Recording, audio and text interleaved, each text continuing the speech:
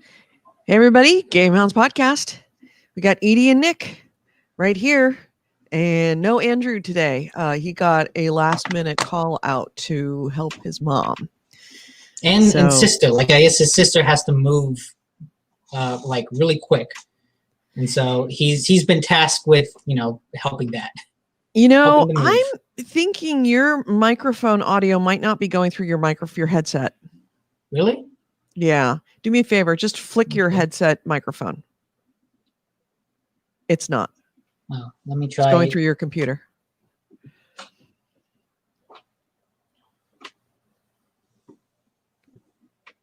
Okay, how's this? Same. Test. Hello? Still same. Okay, if I go audio.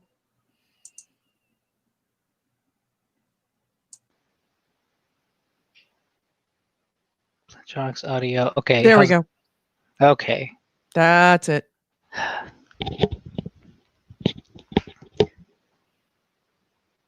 Yeah? What's up? I hear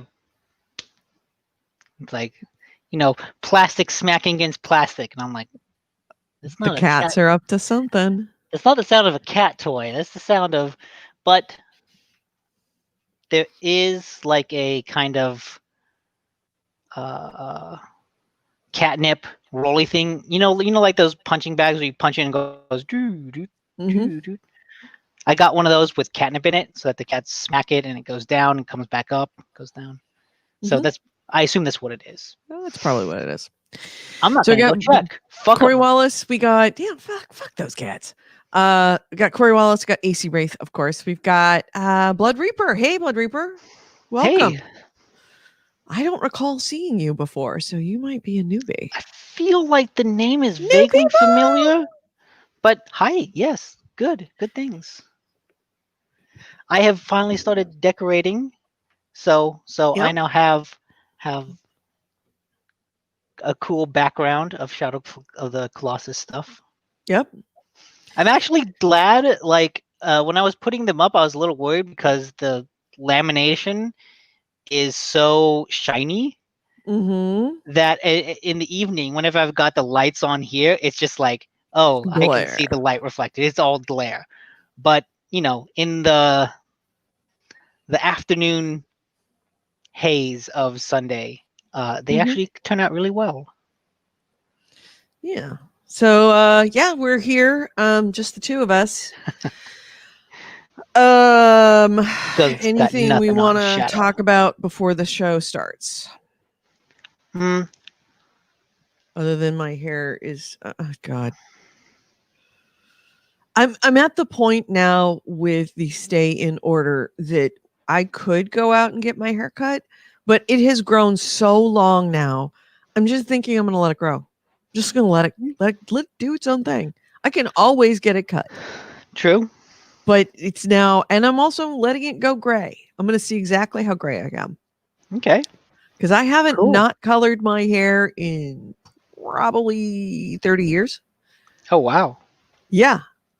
Anything from, purple to raspberry to shaved the side of my head. And now it's like, I'm just going to let it all grow out and see what I got. So I'm probably going to look a lot older very soon. I'm going to actually start looking my age. I won't act my age, but I'll look my age. No. Then I'll know something's wrong. Yeah, absolutely. So here we are in the chat. I have been wanting to, because it's hot, I've been wanting to open some windows and let the air flow, but the goddamn air quality is so bad. Every time I look at a map, it's like, oh no, I don't want to open those windows. I'm going to kill myself. Man, I will share with you. Let's see if I can share with you. I don't know if I can. The video that I took of out in front of my house. What day was that? Was it Tuesday or Wednesday? One of those, yeah. So let me see if I can even do that. It might not let me do it. Yeah, I can. Look at that. Wednesday. You can't get the audio, but this is video of me talking to Andrew, and I believe that this video was done at I don't think you can hear it. That's 10 o'clock in the morning. Yeah. And it's correcting. I actually end up saying, hey, it looks like it's lighter than it is right now, and let me adjust it to what it actually looks like. But there were streetlights on. It was just completely crazy. And yeah, I woke up at 8 o'clock in the morning, rolled over, looked out the window, and thought that maybe something had happened to Apple's system, their server system, because it was dark. It was black outside. This video here was taken at 12:30. And the thing is, 12:30 in the afternoon. Looking at this, I can tell that, like, yeah, you can see the yellow haze, but that doesn't do it justice. No, because it was way more orange. It's literally that scene in Blade Runner 2049. Like when you see him walking through the orange desert, like that's literally what it looked like. It's that same color. Yeah, it looked like Mars. And so, yeah, the video, and I've seen other articles of like, yeah, your camera phone was not made for things like this. Your camera phone uses algorithms to assume a certain consistency of colors with sky and stuff, and it's just not made for these type of extreme circumstances. Yeah, it was crazy, and it cleared out the next day. I mean, we had dark brown skies, not brown, but dark, like black clouds, but was not orange like that. That was just a one-time thing. So Blood Reaper says he's not been before, but Nick said Reaper, I remember or Raptor. Blood Reaper. Don't know which is better. But yeah, it was. It's the air quality is horrible right now, and has been. We're now on our 28th day of the spare the air alerts, which are alerts in the Bay Area that say, hey, the air's bad outside.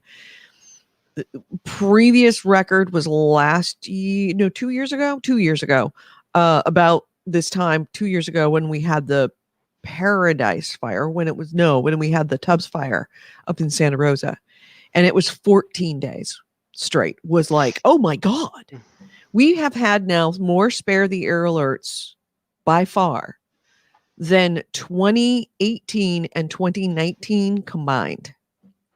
And we've had it in a streak all 28 days. Jeez. It's just crazy. Yeah. And now we're not the only ones. We got Oregon. 10% of its population is now under evacuation orders or evacuation warnings. Oh. People up there in Oregon are setting fires intentionally. Well, like just arson, or has arson. the purposeful? Arson. Oh, okay. No, arson. One guy was arrested for a fire that merged into another fire in which 20 people are still missing. Yeah, no, it's no joke right now. 2020 is just, Yeah. Well, I was reading that I forget which state, California, Oregon, was looking into like restarting controlled fires throughout the year. Yeah. Because part of the reason it's so bad now is that we stop fires from happening throughout most of the years. And so all that old, dry underbrush, it grows and grows and amasses until there's a lightning strike and the whole thing goes up. And so if we have a controlled fires throughout the year to just get rid of all of that, then we can hopefully prevent these sort of mass disasters. Yep. And you're too young to remember, but I remember environmental scientists saying, when I was a kid, when I was like 10 and 15 years old, so a long time ago, before you were born, probably, that, in fact, I know it was before you were born, that there were some fringe environmental scientists saying, hey, we've spent the last 30 years putting out every forest fires and trying to stop every forest fire.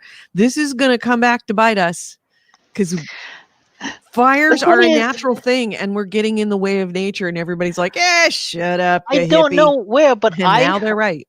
I heard that as a kid. Mhm. And as a kid, I thought like, oh, okay, I guess we've learned not to do that, but apparently fucking not. Mm-mm. No, there was a lot of debate of whether that was going to be true. And it's like, okay, that's the thing about science. When scientists warn about stuff, you usually have to act on it before you have the physical evidence. Because once you have the physical evidence, everything's fucked up. You can't go back. So, all right.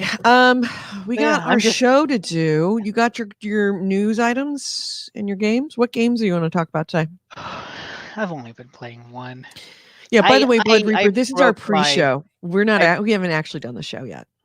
I broke my last week resolution.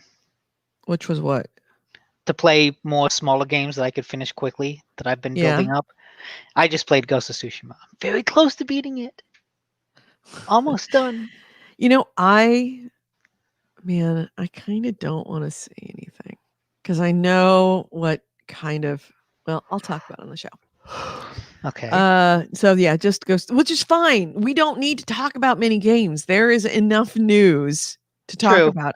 And I really wish Andrew was here to talk about it, because he would be a very good person to bounce ideas off of, because there is a lot of news about the new consoles.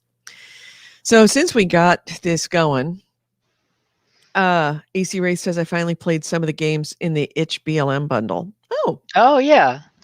I bought that too, and I haven't played anything. Fine. Fuck off. Rip up the cushion. What do I care? All right. So let's see. I've got everything good. Let me get the audio show going. It is GameHounds 562. What are the cats doing? So I have this old couch cushion on the floor. Has like a floor cushion that I can sit on and play games, and it's curved. So it's the cushion that was like for an Ottoman or something. So it's like that with a curved top. The cat has basically on his side on the floor is like cliffhangering, clawing his way across the top, dragging himself over the carpet. Oh, he's actually shifted over the overhang so that he went across the top and then and it's now going through the bottom. He's basically cliffhangering, like I said, across the couch, dragging himself along the floor. Got it. But now he's reached the end, and there's no place for you to go. What are you gonna do now, fucker? All right, so we ready to do this? Yeah. Hold on a second. Why is it not bringing up podcasts all? There we go. Why can I not save onto the podcasts all? That's annoying as hell. All right. That is a problem I cannot fix right now.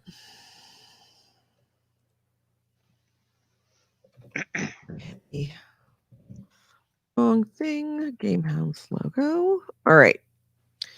We have got download enabled, explicit content. We are ready to go. We're doing GameHounds. Excellent.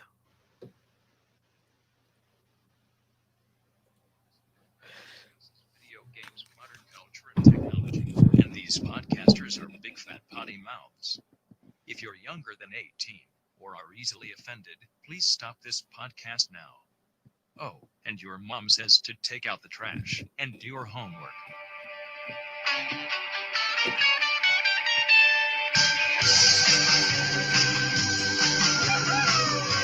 Okay, mics are hot.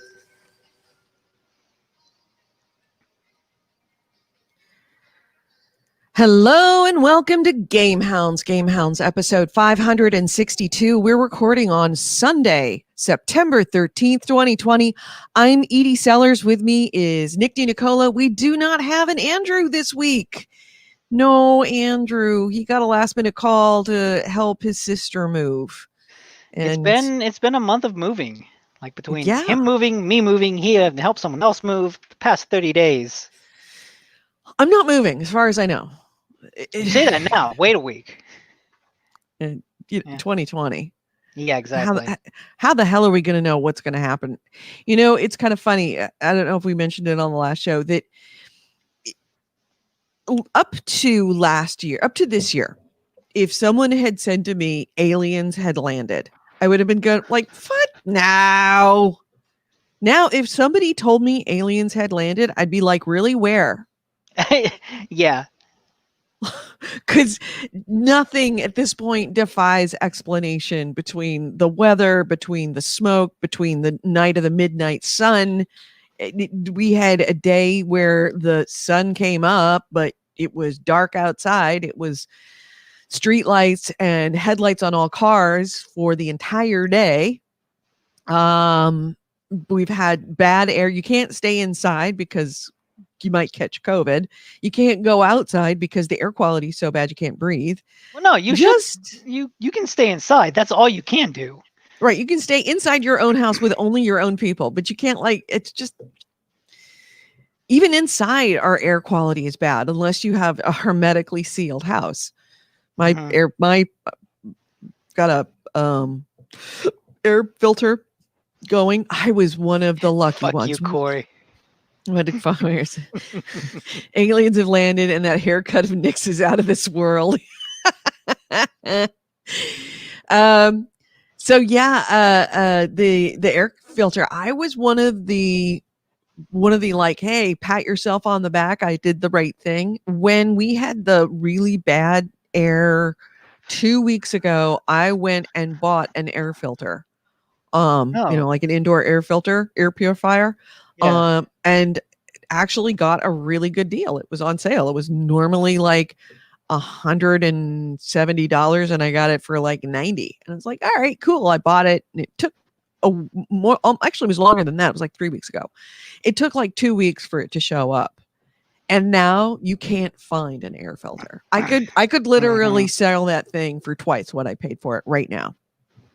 Put it back in the box, put it on Nextdoor, and somebody in my neighborhood would buy it.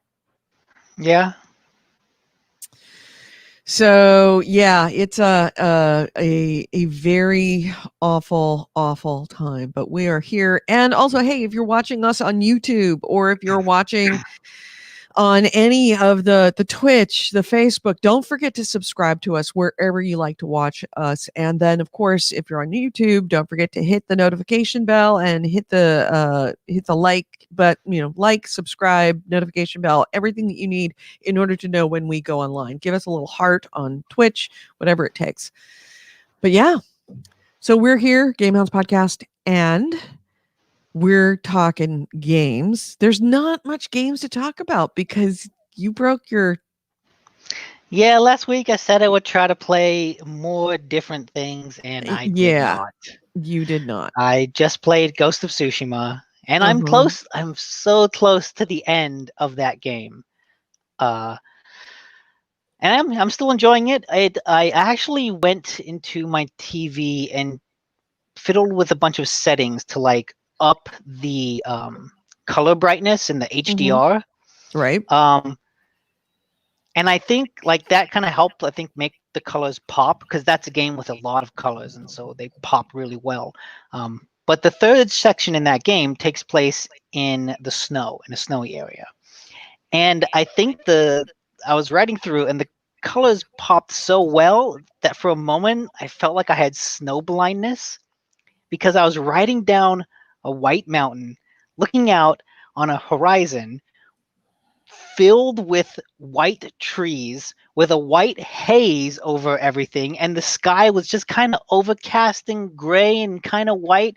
And so all of that together, it just led to this moment of like blinding white all in front of me. And the only reason I didn't go running off the trail is because the trail directly in front of me was gray, because that's just like they make sure that you kind of know where the roads are. So I'm just following that trail, looking like, holy shit, this is the whitest I've ever seen something on TV, white and bright. And I at that moment I thought, okay, my TV was worth it. I like this. This is cool. Like the colors are nice. Like it just looks really pretty and stunning and like visually interesting in a way that's, uses white. Like it's not a whole bunch of colors, it's just one color, but it's just presented so in your face and so bright and kind of all encompassing. Mm-hmm. That I liked it. What is frustrating though is there's a mechanic in this game that every time you find a group of enemies, you can fight them the honorable way and trigger a standoff so that you call and say, hey, send your strongest to fight me. And so you walk out there, they walk out there, and do kind of a one-on-one fight where you have to hold the triangle button and wait for them to come at you. And if you let go in time, you'll kill them in one hit, and then other guys will come at you and you can kill them in one hit. And it's a good way to slice through a bunch of enemies real quick. What I don't like is that it took me a while to realize why I was failing these standoffs every single fucking time. Mm-hmm. And eventually I realized in this third area of the game, like each area of the game increases the difficulty. The enemies get stronger and all that.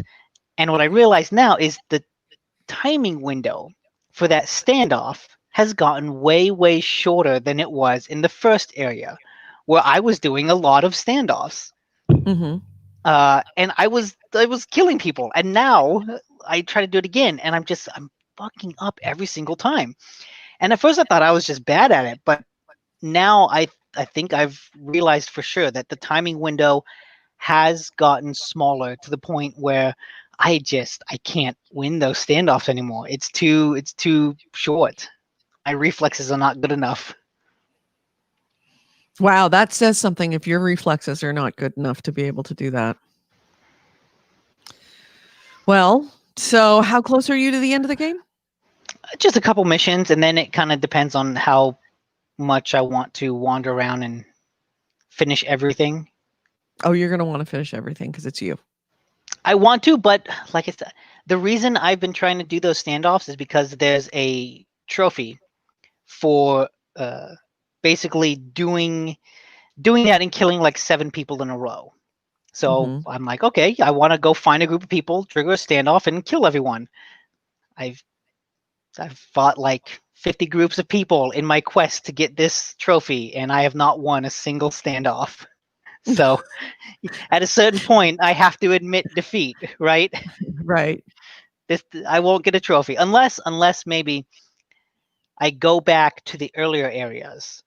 But the problem is that if I go back to the early areas, I don't know if I can find anyone to fight because I already 100%ed them and cleared them out. Right. Fuck. You got yourself in a position where you're going to have to just go with not getting that trophy. Exactly. So yeah, cool game. I cannot wait until the new consoles because I am not buying this game until the next gen consoles come out. It's just no point. I don't see any reason to buy a game which is all about how beautiful it is and then play it with a game or play it on a console that I know is going to be vastly superior to what I have. Because I have an original PlayStation 4. I don't have any of the upgraded PlayStation 4. So it's going to look way, way, way, way, way better. And I just can't see myself getting into this game only to, at a certain point through it, because I'll probably finish it up in a couple of months to finish the game. And I'm not going to go back and replay a game. I really never replay games. So if I just can't see myself doing that. So I'm going to hold off and play this. Another thing that I want to have a bunch of games that are going to be very satisfying and good when these consoles come out, because I don't necessarily know their launch titles are going to be good. Their launch titles are basically the third-party games that people are excited for, right? Assassin's Creed, Watch Dogs, Cyberpunk. Yeah, those maybe are their launch titles. Other than that, they don't have anything. Right. And I kind of want to bank up some of the games that I know I'm going to get the most bang out of this new console buck. Okay. So yeah, that's what's going on there. So yeah, Ghost of Tsushima, I will get it when get it whenever they put out that co-op. That way we can all play together and kill mythical monsters. Yes, I think I'd like that. Yeah.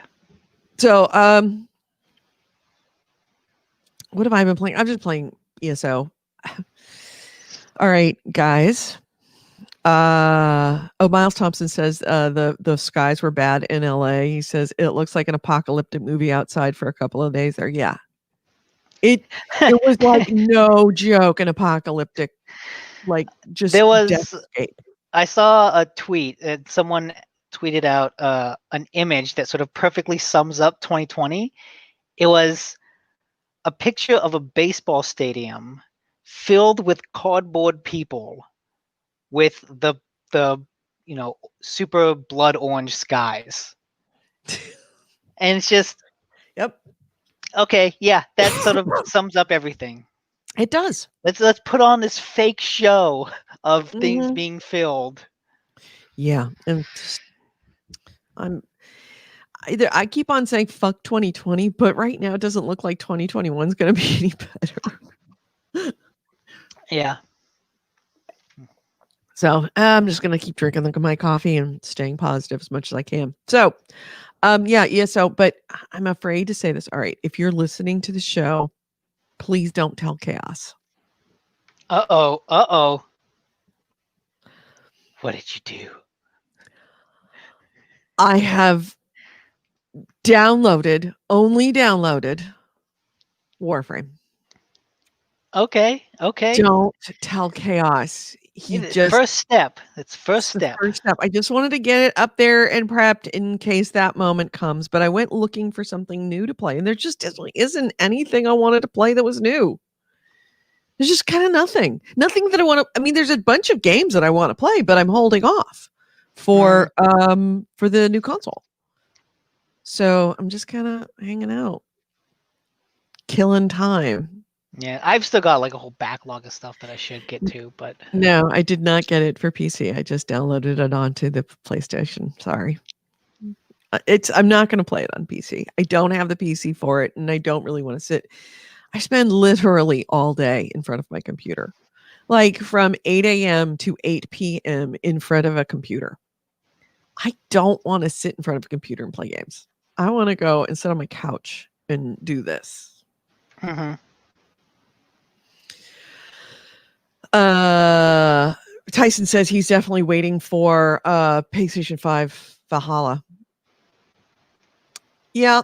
I think that I'm definitely excited for Valhalla. I'm definitely excited. Although, who was it that I heard? Who was I talking to that they'd heard something about Valhalla that had made them kind of go, not so sure about that. I want to say it might have been Sundowner on my PlayStation 5 my PlayStation friends list. He was like, I'm not quite so sure I want to do that. But I am excited for Valhalla. I am excited for obviously Cyberpunk, although I think now it has so much hype to live up to. I don't think it can actually hit the hype. We'll see. And then Ghost of Tsushima. Those are the three things that are going to keep me going until more games come out for the PlayStation 5 natively, not upgraded.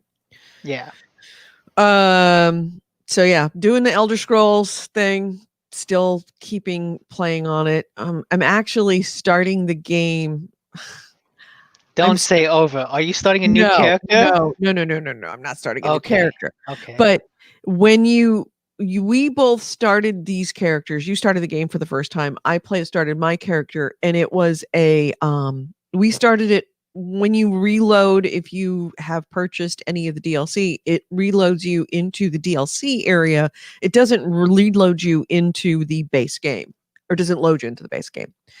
So I have never played through all of my alliance's cities, the local cities. So I'm actually, and when you finish up the main story quest that has to do with being the Vestige and Lyris Titanborn and all those guys, Sai Sahan, when you finally get through all that, which I have completed, when you finally get through all of it, you are given an option to go back and to restart the game as a different alliance, meaning that you don't restart the game all over, but you start as a Vestige with your current skills, your current balance, everything, but you do it as through a different alliance. So the base cities because there's 3 alliances that are fighting in this war. And you can start again, but as a member of a different alliance, so that you can play through all that alliance's missions in all of their cities and all of their states. And then you can go back and do it a third time for the gold. First one's called Cadwell's Silver, and the second one is called Cadwell's Gold. And you can play through on that third one all the way through and get gold your character. And it's just a way of essentially doing all of the missions for everything. It's completionist. But it also is everything's when you go to a different alliance, all of the missions are going to be completely different. It's a different story. It's like 3 different games, but you just don't do the main, like going into trying to essentially stop Molag Bal from taking over the world. You don't have to redo that. So I'm never have gotten through the base game because I have leveled up into level 400 champion or 300 champion without ever going through the main game. So that's what I'm going to do. So I'm going to go through the main game. Actually do those story missions. Actually doing those story missions. Cool. Those were fun. They were interesting. I've got a couple of them banged stale that I want to go back to do. Yep. So I'm going to hit through Glenumbra, then I'm going to hit through a couple of other places, and then get those off my plate, and then I'll go back and do Cadwell Silver, and then go through the Daggerfall Covenant or whatever covenant it is, and then go through all 3 of them. And I also jumped into the PV. They have the event going on right now is based out of Imperial City, which is mostly a PvP area. And they have some PvE within the PvP area, and I don't want to do that. I just don't want to do PvP. Now you can do some, regular dungeons and get some of the credit that you do it, but it's not gonna. Yeah, I tried a round of PvP once, and it was okay. Yeah. It's just a mass of people fighting zerging each other. Yeah. Yep, it's essentially you find a moving Zerg pile and you just jump in on it. The problem is a bunch of area of effect attacks and hope that something kills someone. Right, and if you kill someone, then you get half of their Talvar stones, which can be used for some fairly good armor upgrades. But if you die, then whoever kills you gets half of your Talvar stones that you have on you. So you actually lose stuff by dying. So I'm not going to do that. So yeah, I guess that's all I've got as far as games are concerned. Anything else before we hit the news? It's the world's shortest. What are we playing? Like, I don't know, right before the podcast started, I saw when I was looking for news stories, I stumbled across a Kotaku article that talked about this mobile game called Crux. Crux. That's basically it's a mobile game for climbing a wall, like you would in a gym. Mm-hmm. And the mechanics are really simple. It's like swipe one direction for your arms, swipe another for your legs. But based on the 5 minutes I played before the show, I thought, oh, this is actually really cool. There's actually it feels like there's actually some depth. I did a couple of tutorial ones and thought this is easy, and then it got just advanced enough to make me think like, oh, there could be some real fun kind of mobile climbing puzzles here. Mm-hmm. So at the very least, the animation looks really cool. Yeah, I'm pulling up Crux right now so that we can see it. So yeah, there's Crux. Yeah. So you swipe, how do you actually do the movement? So you swipe on the right side of the screen to move your hands, and you swipe on the left side to move your feet. And that's it. So it's just feet, hands, feet, hands, feet, hands. So how do you tell it what to grab? Or does it just automatically? It just automatically, you swipe down to move down. Like right now, she would want to move her feet down, move your hands down, move feet down, move hands down. And so it's just a matter of swiping up, down, left, or right on the screen. It looks like this one has added from what I played, it added in a different mechanic of like exhaustion, because there's a meter that keeps going every time. Oh yeah, she fell. So that looks like it adds a bit of a challenge too, so that you can only hold on to something for a short period of time. But yeah, so for a free little mobile game that I just discovered 5 minutes ago, I think, yeah, it's got some potential. Yeah. So and this is on iOS? Yeah. Okay. All right then. And fail. So any other games you want to talk about before we hit the monstrous amount of news we have? That's all I got. All right then. Let me get to my news. Let's hit the news. Maybe are we going to hit the news? Yeah. This is the GameHounds news, the news, views, and commentary of the week in gaming with Gamer Edie and Nick D. Nicola. And our first item is We finally have information about next gen consoles. yeah. And I want to say that what happened is exactly what I said would happen. Is it? Which is I don't that remember. I will defer to the peanut gallery to confirm. Did he really say that was going to happen? They delayed talking about the price and announcement for so long that eventually the information got leaked and they had to just take it from there. Mm-hmm. And sure enough, somehow the information about the Xbox One S and X and the price of both and the release date, practically everything leaked out. And there's a great moment when Microsoft basically officially announced a new console in the middle of the night. Like, I think it was actually 2 a.m. when they sent out a tweet that was like, yes, this thing exists, because that information was already out there and they had to respond to it in whatever way they could. Right. And I will give the Microsoft account, whoever runs their Twitter account, a bit of credit, because they seem to have a sense of humor about it.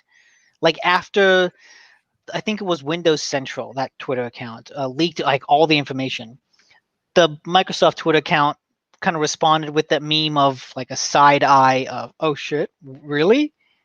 So I'm sure someone somewhere was like pulling their hair out, but at least on that Twitter account, they put up a face of like, haha, oops, well, hey, let's just give all the information. Yeah. And so might as well just drop it. Just yeah. It's now we've gone so long, might as well just release the information. And so what's funny is they then announced like the price, the date, the pricing plans, and all that information we can get into in a bit. But then like 2 days ago, after they had announced all of this, the like showcase, I don't know what you call it, but the video that they had recorded that would have announced all this got leaked. Mm-hmm. And so like the actual official video presentation got leaked. Mm-hmm. Like it feels like at some point someone in Microsoft was just like, fuck it, take it all. Just right. We're gonna say everything. The Band-Aid's off, just pull it all the way. Just get rid of it. Yeah. So yeah, that's here are your details. What was announced were 2 consoles, not just one. And that I was going to say you predicted that, but no, you didn't predict it. That kind of came as a surprise. We knew there was a second console rolling around. We just didn't know what it was. Well, we knew it was the S. But yeah, no, right. I predicted we knew there was a Series S. We didn't know what it was. We thought it might be a digital edition, and yes, it was. But what we did not expect was the price. First off, this Xbox Series S, which was the one that was rumored, we knew nothing about. It is got a lower resolution, lower frame rate. It's only got a 215 gigabyte hard drive and no disk drive for $299. Then we also have the Xbox Series X, which is the full 4K 160 frame rate, hard drive, 1 terabyte solid state hard drive, and a disk drive so that you can play physical games. And it is the whole shebang for $499, which is $100 cheaper than we were anticipating. I think I don't know. It's like 500 seems like a good price. Right, 500 I think is a good price. We were Yeah. anticipating 600, and then we were like, if it's anything over 600 or 599, it's going to be all bad. And the date of release is November 10th, 2020. Pre-orders for both consoles are going to begin on September 22nd, 2020. Okay.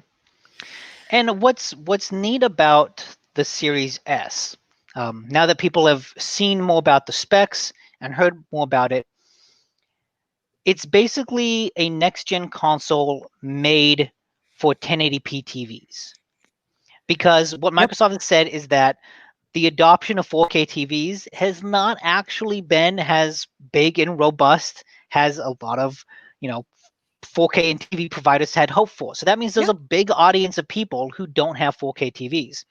And what's interesting is when you look at the specs of the S, it does have, lower power things than the X. But if you just consider that drop in resolution from 4K to 1440p, that accounts for all of that power difference, which means that this isn't really necessarily a lower tier console than what the X is. Like, you're not getting a lesser experience from it. It will still be able to do all of the processing that the X does. It's just outputting things at a lower resolution, and it needs less power to do that. So that makes the price even more appealing, because it's not a lesser tier console. You're not getting a lesser experience. You're just getting a lower resolution. But then everything else that the X can do, the S will be able to do as well. Right. Which means I don't think you'll be getting situations like with Shadow of Mordor when that released, where the Nemesis system was the big selling point on PS4 and Xbox One, and then the 360 and PS3 versions of that game just did not have that whole Nemesis system. It wasn't a whole mechanic that was missing from. You're not going to see that here with this split, because the S will be able to do all of the same mechanical processing under the hood things that the X does, with the exception of the visuals, the resolution. Right, the resolution and the upscaling, which is not going to happen. And the other big difference is that lack of a physical hard drive. You are not going to own your games. Yeah. That has a certain amount of concern. I mean, I buy almost everything digital anyway, so that's not an issue. But the S seems optimized to really put as much effort into streaming. It is your xCloud box.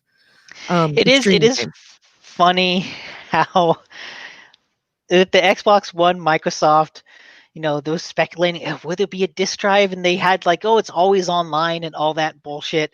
And 7 years later, they're putting out a console. Both companies are putting out a console without a disk drive, and it's not a controversial thing.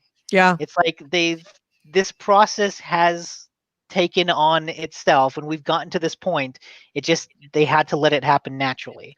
Well, I'm going to liken this to microtransactions. When the first horse armor came out, we were furious about it. We thought this was horrible, that they would try to charge us extra for a game that we already purchased.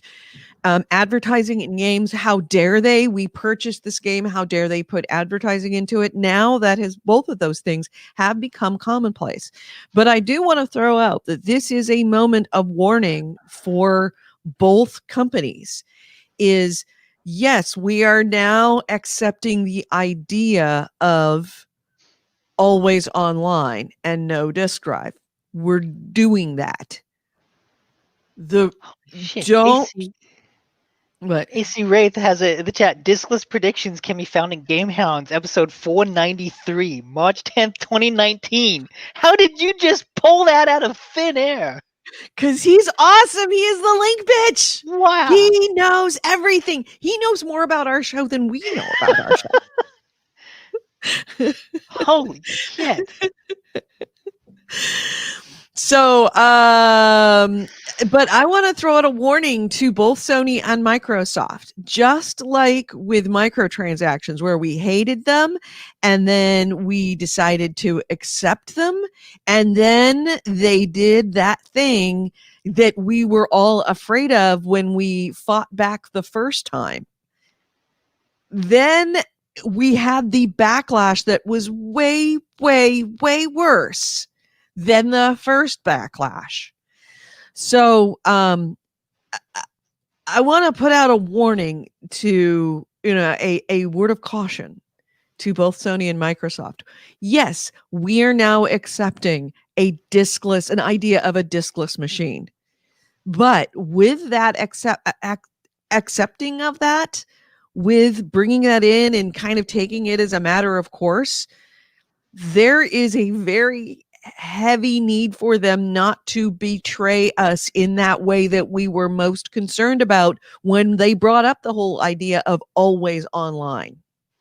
Mm-hmm. If all of our initial fears about always online that we have now put to bed and say, okay, we'll forget those, we trust you. If they betray that trust and do those things that we were most concerned about with always online, the backlash is going to be swift and huge, massive. So just keep that in mind, that those concerns haven't gone away. We've just forgotten to argue about them. Yeah. Doesn't mean that they can't be abused. I wonder about that because it's not just them doing it. I know Disney has announced that they are going to slow production on physical media. They're just not going to put out as many Blu-ray discs anymore. And other people, I think they've said they won't make as many discs. And I don't know if it was them or someone else who said they just won't make 4K Blu-ray discs anymore. These companies are actively actively abandoning physical media. Mm-hmm. Which is potentially dystopian, awful route to go down, which is, Mm-hmm. So it's not just the gaming sphere that is encountering this. It's, all of media. When everything goes digital, what do you do? Right. All of our concerns about, as Ryan Stevenson, about sharing games, all of our concerns about games being discontinued and never being able to play them again. You can't keep your games in perpetuity in a playable state. Games that won't load because of low connectivity in areas of the United States, because fun fact, we have shitty, expensive internet connectivity in the United States compared to all other places in the world, practically. Most developed countries, their internet is better and it's cheaper. So it's also putting a lot of control into the hands of your internet service providers. Comcasts and the Cox cables of this world, they now control your ability to game completely. If your cable is not working, you cannot play a game, even if you have a disc now. Some games. That is an issue. No, all of them. No. ESO. I can't play ESO. Yeah, ESO, but I can play Ghost of Tsushima offline. You can play Ghost of Tsushima offline now. Oh, that's yeah. If you're speculating the future, yeah. I'm speculating the future, that we are accepting these things that we fought so very hard against.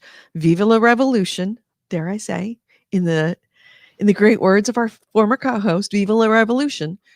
If we are accepting these things that are starting to happen, and to be honest, to be put upon people that least can afford to fight against it. When you have the cheaper console be the one that is most subject to the whim and will of your cable company, That's a problem. Mm-hmm. It creates a two-tier system that people that have $500 to drop on a console, they get to play their games anytime, anywhere. People that don't have $500, they don't get to play their games anytime, anywhere. In fact, sometimes they may not be able to play their console at all. It just might be a large brick with a wall wart on it that's chewing up electricity.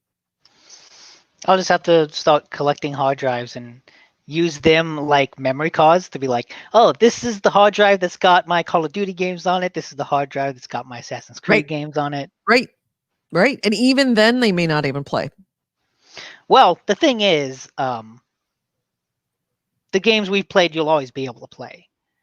Like Ghost of Tsushima is always going to be playable offline. Yeah. So I can always go back. AC Braith says normies will have to jump through some hoops, but there will always be a way to copy files into storage. We'll just have less pollution. That's true. There will be ways to do that. And, bless YouTube for making it easier for people to give advice on how to solve your problems that way. But yeah. Tyson says, I'm counting on these corporation scruples to keep them from doing anything unethical, unpopular, or untoward. Google says don't be evil. It's Google's doesn't say don't be evil anymore, right? Yeah. No. It's now do the right thing. Or do what's right.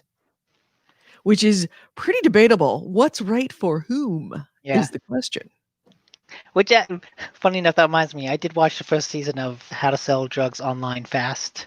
Uh-huh. And it's interesting because it's interesting seeing a high schooler Breaking Bad-esque character idolize people like Google and Elon Musk and Jeff Bezos and using their talking points as justifications for becoming this large drug dealer. It's like a drug dealer, right?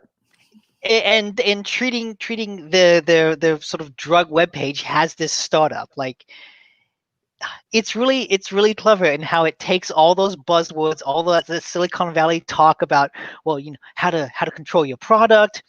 I'm the CTO, you're the CEO, and just all that bullshit platitudes about how to run a business, and to see him apply that to something blatantly illegal, completely illegal, and have it work, right?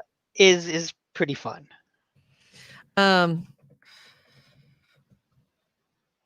So you finally watched it, huh? Yeah, first season. I haven't seen the second season yet. So what do you think about it?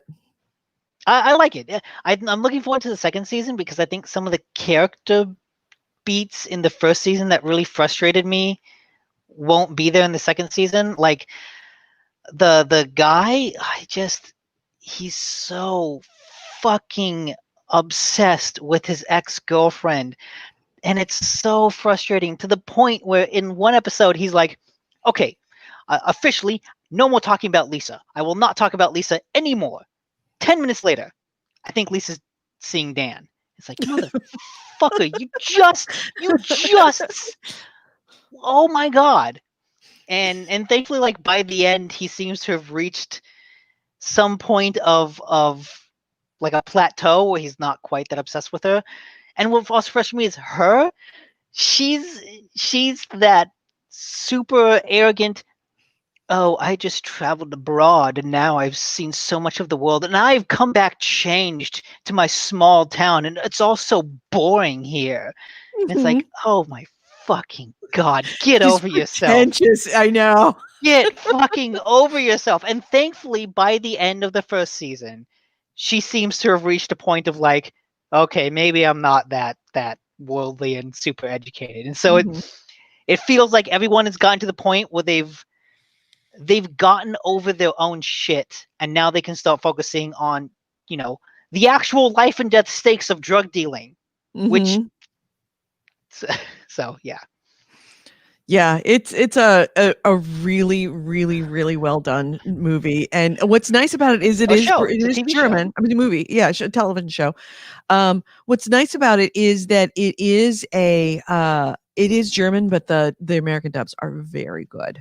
Really well done. I haven't seen the dub. I've only watched the sub. Oh, you only watched the subtitled one? Yeah. Oh yeah, the English dubs are very good. Hmm. So yeah, I recommend. Big recommend on that one. Yeah. So And I do think it's interesting mhm. how this show seems to have like this frame story involved, because it begins with the main character talking to the camera, acknowledging that Netflix is making a TV show about his life. Right. And So it's a mock documentary. It's a mockumentary. But in the last episode, he's talking about how this issue resolved itself, and he's like, yeah, no, of course that's happened. Why would it happen any other way? And immediately the red flags go off of like, oh fuck, is he lying to Netflix? And then like a post-credit scene has his partner there talking to the camera, being like, oh, of course he would tell you that. This is where shit went real bad. And it's like, oh, okay. And so I'm interested to see where that frame story goes and how that might actually mess with the story and how it's told, which is cool. It's definitely worth both seasons, and I hope it goes on for at least another season or two because it is that good. Yeah. AC Ray says, I've been watching more YouTuber reactions to shows than the shows themselves. Last night I finished watching people who were watching the entire 7 seasons of Agents of S.H.I.E.L.D.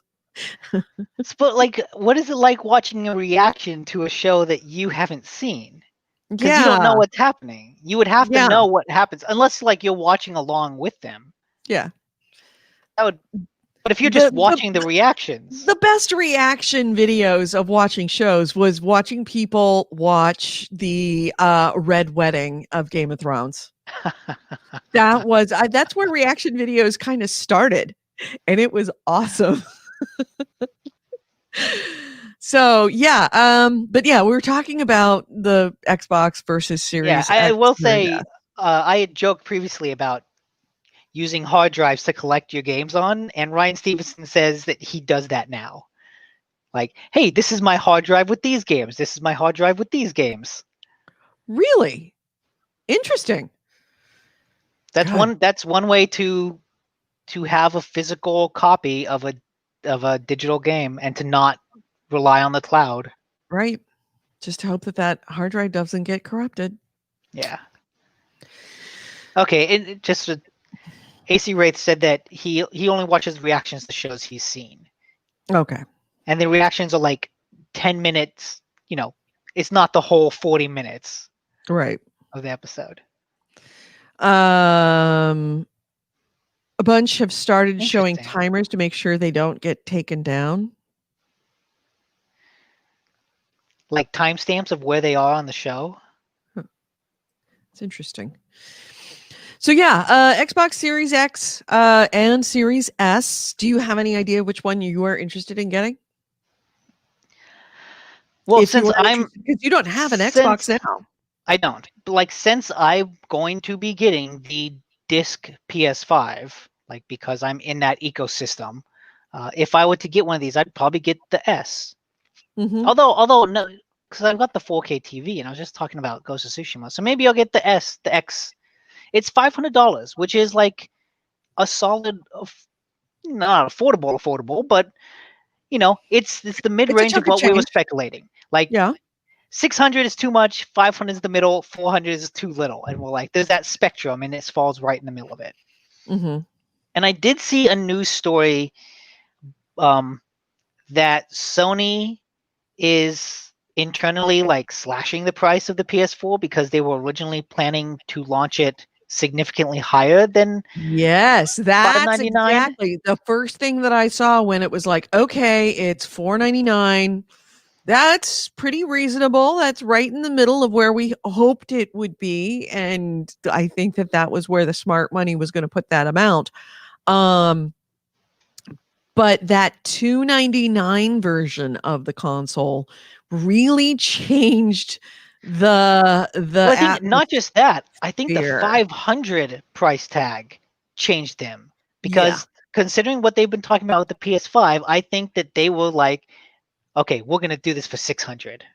Mm-hmm. And so seeing it now, they'll probably like, oh fuck, we can't go We can't go 600. At We can't go most, $599. We have to go maybe $525 tops. I think they could get 550. Like if they get 550, that feels like okay. Like yes, it's more expensive, but they're also going into this generation ahead. with so much momentum of being ahead, especially because, like I said, Right. because these platforms have embraced the digital ecosystem, and because this is the generation that's seen the eruption of games as a service. That means that, people that play a lot of Rainbow Six Siege or Overwatch or Fortnite or any of these other live service games on PlayStation have to get a PlayStation 5 to keep that going. Right. Because they can't transfer that stuff to Xbox. At Fortnite, they can. But none of those other live service games do, like Destiny or something. Now, we have not heard any rumors about a second PlayStation console. By the way, Sony they've already going announced to do a digital showcase on Wednesday, so we will know all of this on Wednesday. which I In also theory. think when they announced that showcase for Wednesday, I thought the only reason they're doing it Wednesday is because it's Microsoft leaked. If that information hadn't come out, Sony would just be like, nope, we will happily go into October and launch in November without telling you a goddamn thing. They will get to a week before release without telling you shit. Yep. So the pressure is on right now for Sony to come in with a number that is competitive, and Microsoft has absolutely presented something that is highly competitive in both of them, both the Series X and the Series S. But the PlayStation has already announced their two consoles. They've just got consoles. the version and then the discless version. Okay, I'd forgotten that they had said that there were two consoles. Yeah, disc and discless. But like, disc and discless is the only difference between them. They still have all of the same innards, which means the price difference can't be as big between them as it is from the S and X. Sony's got a problem. So even Sony's got a real problem right now. So even their discless PS5, it will probably be significantly more than the Series S because it has all of the technological innards of the X. It has the same graphics card and it probably has a different size hard drive, but same graphics card, same everything.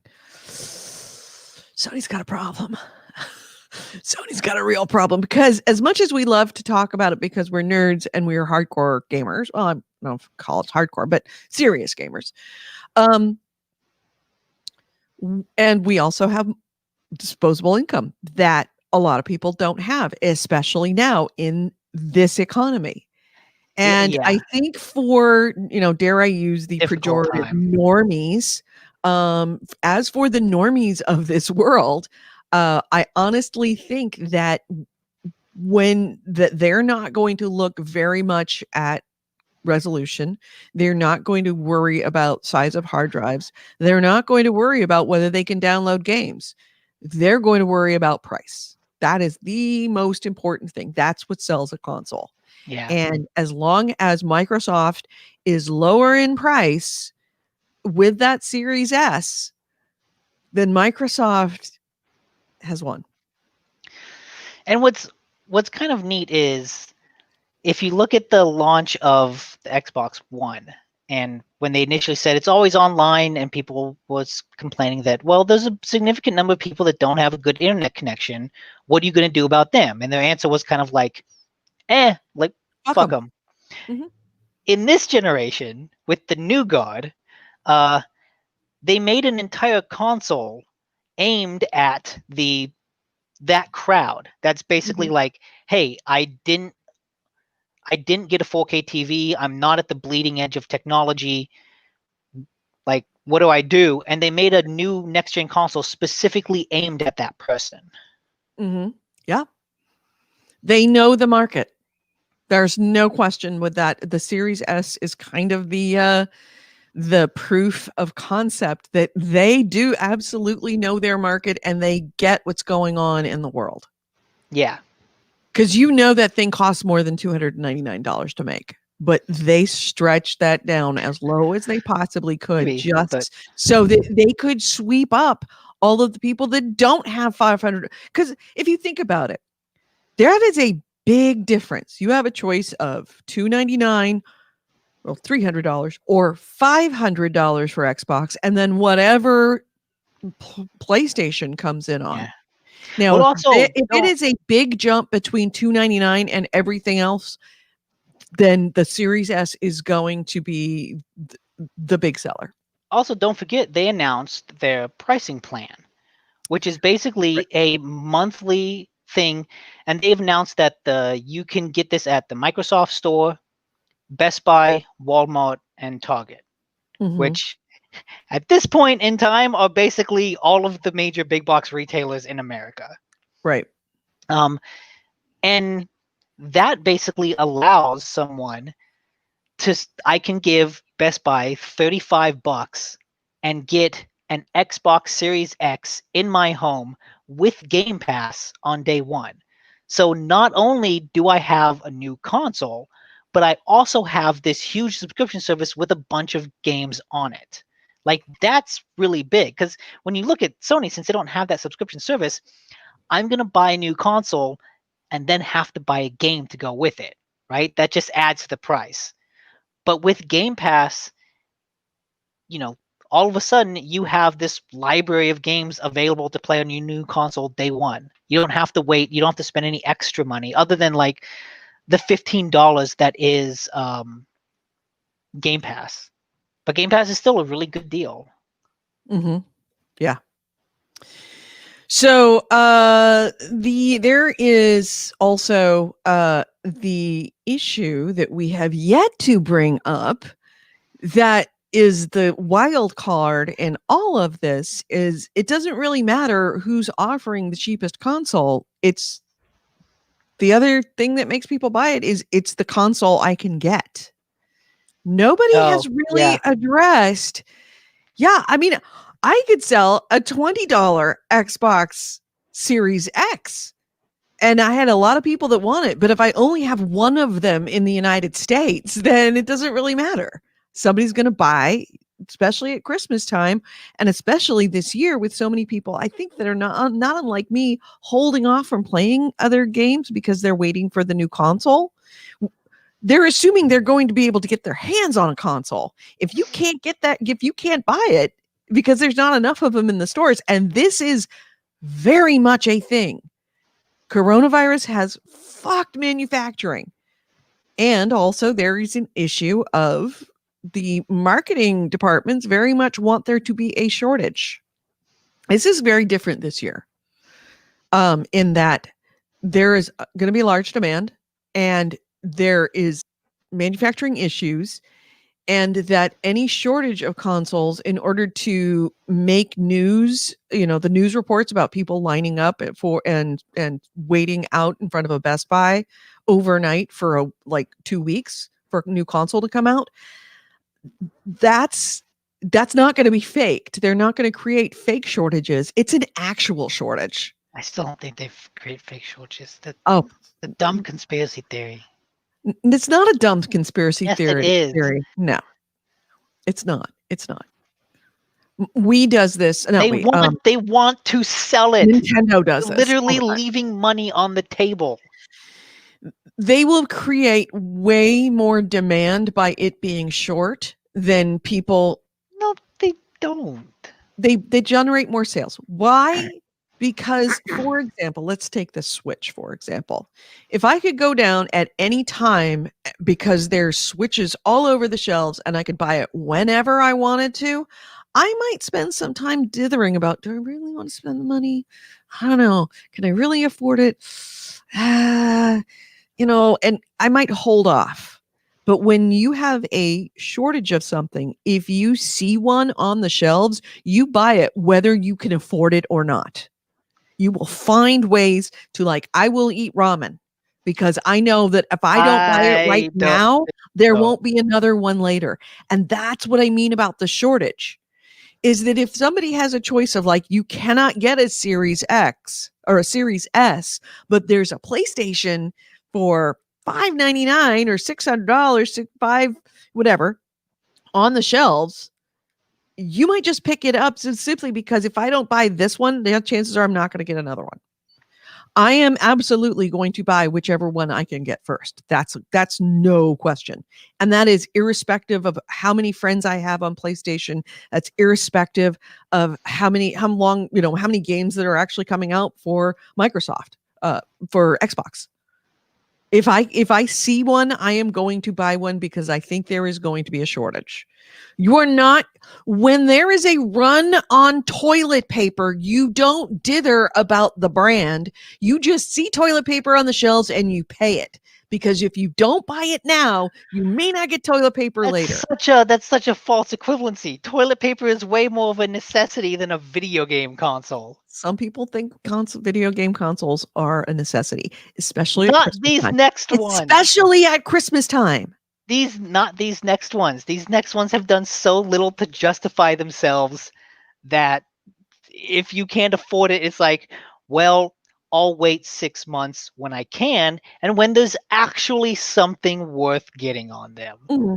So I don't think there will be shortages. I don't think it's manufactured or anything like that. I'll be interested to see what the pre-orders are like for the Xbox when it goes live on the 28th. 22nd. 22nd? 22nd is when the pre-orders go live. Okay. If all things being equal, meaning that there were no shortages and that you could get any of them, whichever one you wanted, which one do you think you would get at this point? I've said it before, the PlayStation 5 because I'm in that ecosystem. I have all those digital games. The disc ones or the discless one? The disc, absolutely the disc. Because I want to be able to watch 4K movies on it, and B, because I still like physical media and I don't trust these motherfuckers to necessarily have everything up. Yeah. So no, I will totally get the disc and I'll totally get PS5. Yeah, I'm the same way. I will probably want to get a PS5 disc version. Like I've said that, but I've also said, like, I think Microsoft does have the better services and better plans. Mm-hmm. And the only reason why I would get a PS5 is the momentum going into it. You know, like I said, I'm invested in that ecosystem. And that means you were invested in the 360. You could always go back to that ecosystem. But those new consoles went backwards compatible. Neither of them were. Well, what do you talk about? What do you mean by invested in that ecosystem if you're not talking about a friends list? Because when I buy a PS5, I can take my disc of Ghost of Tsushima. I can take my digital download of Ghost of Tsushima and just download on PS5 and play it. Mm-hmm. I can download. Right now, I have a Plague Tale: Innocence and other things. I've got Super Hot, Fall Guys. All those games that I have on PS4, I can just re-download them to the PlayStation 5 and start playing them. True. There is if I get the Xbox, I have the free to upgrade buy possibility that you can do. But it's not just free upgrade. They said all those games are backwards compatible. It's just some games will come with advances and improvements, and those will be the free upgrades. But I should be able to play Fall Guys by just re-downloading it to this new console. Right. And the difference between PlayStation 4 and Xbox One is that since neither of those consoles backwards compatible, buying either one meant a clean slate, which meant it was very easy to jump from one to the other because you weren't bringing any baggage with you. Got a good point.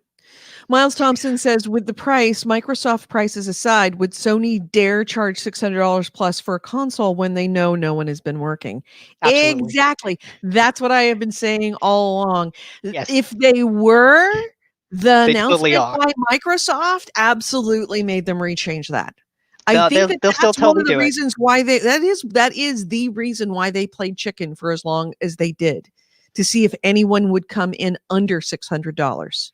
I still think there's at least a 60-40 chance that they will still charge $600. Really? I'm leaning towards it will probably be $600. Now, what happens if it is $600? Would you still buy the disc version of the PlayStation? Yes. Or would you buy the digital version of the No, PlayStation? fuck that. Absolutely not. Oh, I've been you. saving fucking money, man. I've got this disposable income ready. Yeah. I have to. I've been saving. I've set money aside for this. So that it's but not gonna hurt me, but just, if we've learned anything from the past several generations, it's that no one learns anything. So I'm fully expecting Sony to drop the ball like Right. they did between PS2 and PS3.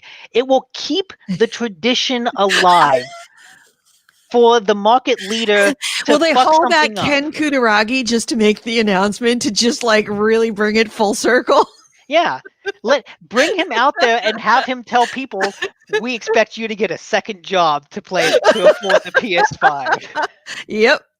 So Ryan Stevenson says, I'm with you, Edie. If I can't get an Xbox, I'll try for a PS5. If you saw a PS5 on the shelves and you did not see an Xbox, I would venture to guess 99% of people would just buy the PS5 because there's not going to be enough consoles for the demand no matter what. There just is not. There's not going to be enough consoles for the demand when you add in shortages due to the manufacturing issues because of COVID. And also, let's not forget a very real thing, scalpers. Yeah. They are going to be buying every single, if the shortage has not been created by COVID or by Microsoft and Sony to fake a shortage to get more people to as an inducement to buy, the shortage will be created by the scalpers. They're going to buy them all up. It is very much going to be the hand sanitizer of Christmas 2020. You're not going to worry about the brand of hand sanitizer. You're just going to grab any hand sanitizer you can get because and you're going to buy 4 of them if you can buy them. Just because you know you're not going to get your hands on get your hands on another bottle for another 6 months. Yeah. And in the chat, Ryan Stevenson says that Xbox is backwards compatible, and it is now. It wasn't initially, but they've done a good job of actually offering more of that than Sony does, to the point that I'm like, shit, if I want to play those 360 games, I'll just get an, X. I'll get a modern Xbox. Yep, Miles Thompson has it right. He says in the chat room, prepare for a $1,200 console on Craigslist. Don't do that. Know it. Don't do that. Don't buy that, people. Don't buy it, but you're going to see them. You're absolutely. I mean, you saw that. Sure, you see that you'll see them. But you know what? Release, but it's going to be worse this time. Yeah, but I see people trying to sell shit on eBay for horribly overpriced things, and it never has a bid on it. Don't buy that shit. Just don't buy it. I'm not going to lie, but I was part of one of those situations where I will not name the former podcaster that I was involved with, and not involved, but like working with back when the PlayStation 3 came out. You can do the math for all of you long-term listeners. But he had an extra PlayStation 3. He didn't want to play. He had a PlayStation 3. He didn't want the PlayStation 3. He wanted the Xbox 360. And he sold it for $200 over listing price to a woman in New York. And I actually did the mailing for him. Huh. So because I guess he was out of town. I forgot what the situation was, but I actually sold that thing for him and he scalped it.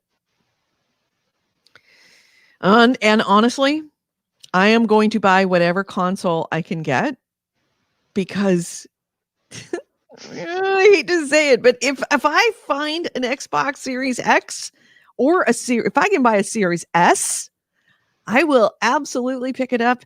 Questionable whether I will even unbox it and plug it in. I may just turn around and sell it too. Not for twice the price, but that's a lot of money to be turning. If you could sell an S Series S for $300 or $400 more than its original price, that's we all know what we are, baby. We just have to find our price. Okay, I'm not saying I wouldn't be induced to scalping myself. I feel like it's worth saying I'm not going to do that. I want to get the PlayStation 5. If I can't get it, then fuck it. I'll just wait until it becomes available. Right. I'm not that desperate. I've got plenty of shit on the PS4 that will keep me busy. Right. Well, do we want to? Well, we're going to find out what's going on with Sony on Wednesday. Just in case you're interested in watching, because I will. It's going to be at 1 p.m. Pacific time, Wednesday, September 16th, live on Twitch or YouTube. I'll be watching it. I kind of want to go live and watch it with you, but I know I'm going to be working, and my work is just crazy right now. I grind from 8 a.m. until 5 p.m. and then I grind on my other radio show for 5 p.m. to 6 p.m. So That's tough. I don't know if I can do it. Yeah, it's very tough, but you got to do what you got to do. So yeah, next item would be Ubisoft had a big event. Did it? Yeah. And that's right. We knew about that.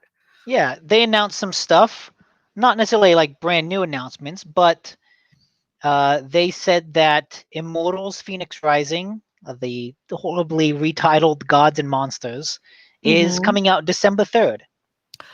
Oh, really? So yeah, I've been seeing a lot this year of YouTube ads for that game, and it looks interesting. I don't know if I want it, but it looks interesting. It's totally their version of Breath of the Wild. And apparently will also be Stadia day and date, which I can't remember the last time a game launched day and date with Stadia. But then that the popularity of the Xbox Series S may very well determine how often that happens in the future. Yeah.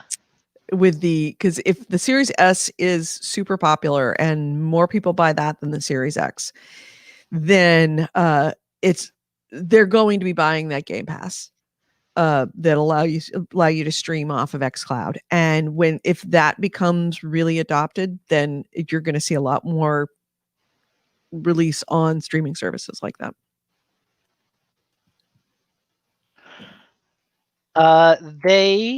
This is something that hits close to home for me. They announced a remake of Prince of Persia: Sands of Time. Yeah, they did. I remember reading about that. Why did it hit close to home for you? Because I love Prince of Persia. I loved all those games, and it was kind of sad to see that whole series take a backseat to Assassin's Creed and just kind of get consumed by that one. But I'm glad to see they're doing this remake. That's a good game. It's kind of interesting looking at it because it's a remake, but it doesn't look brand new. If you watch a video, it looks like if a B-tier developer tried to make a current gen game, which is to say that it looks nice, but it doesn't look like it's coming from Ubisoft, right?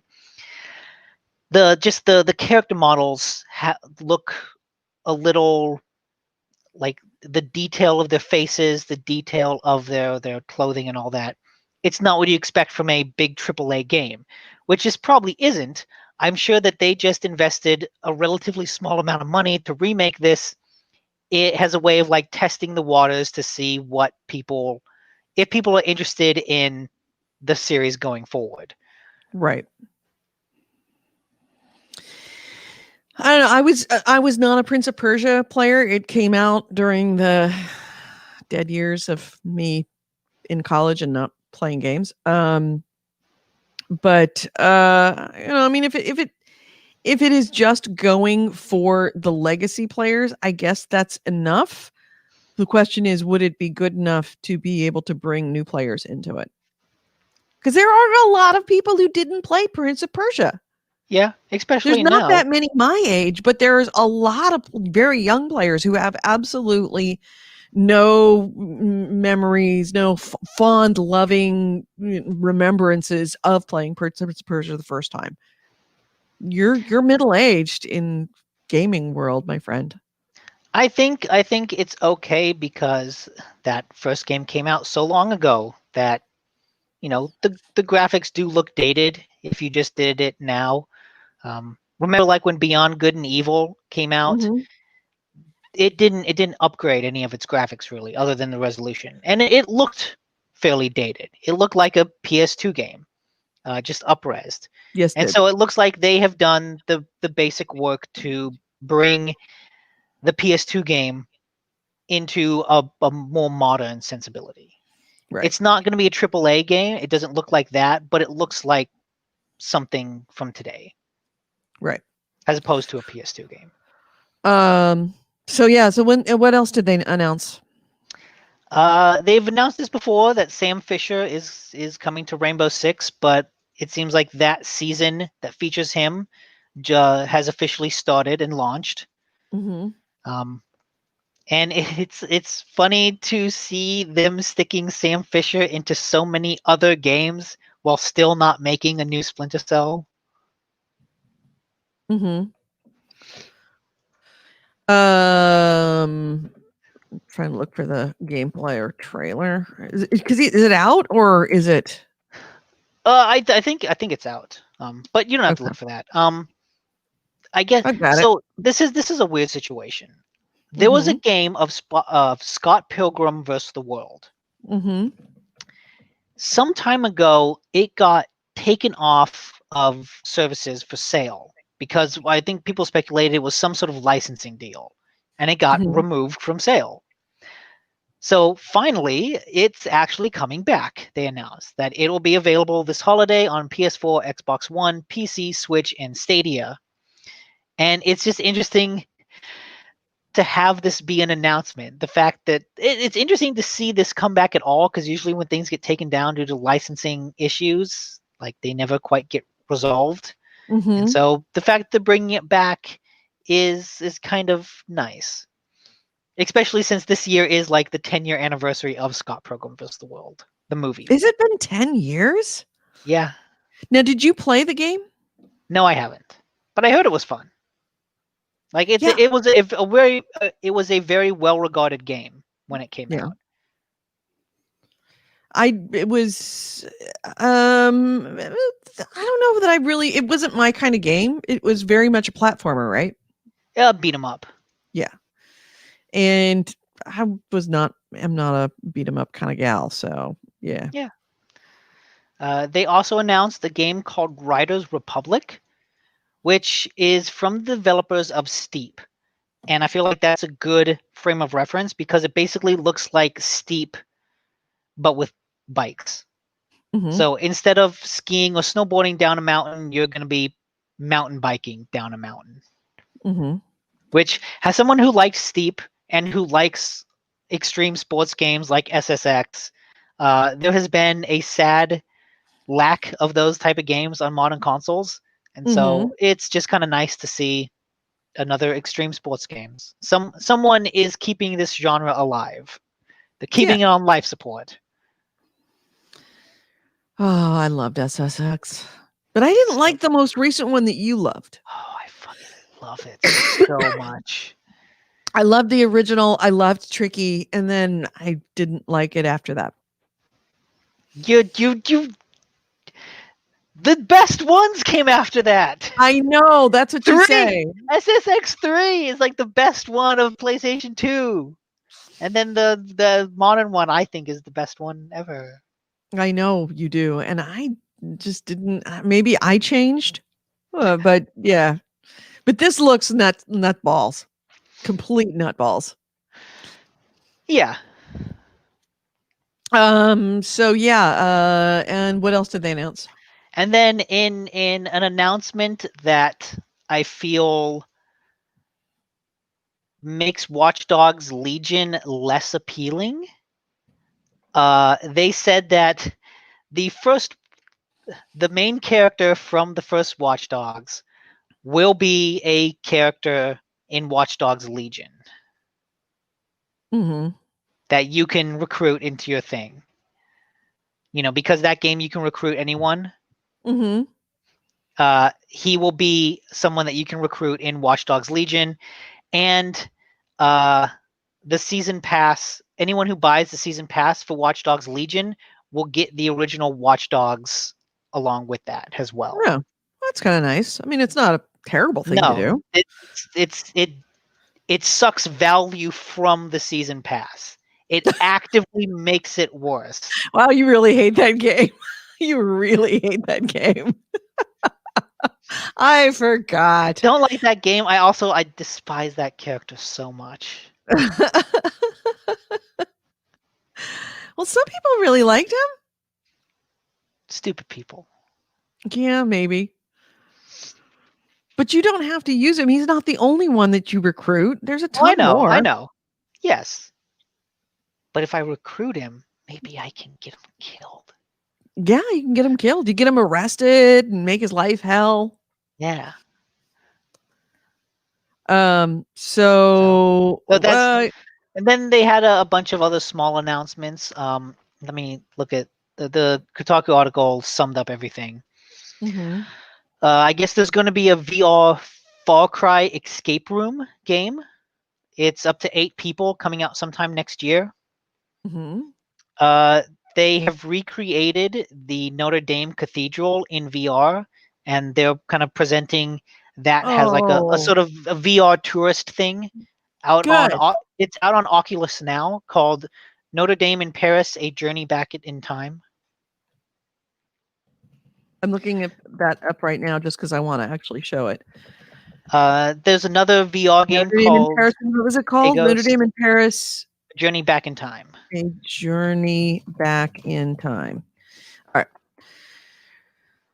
Yeah, thank goodness. I mean, it doesn't surprise me. They are a French company. This was a horrible loss to the French people. And I remember they also said that I think it was Assassin's Creed Unity, when they were making that, like they had gone in and taken a bunch of high-res 3D photography of the cathedral. So like they had that on record.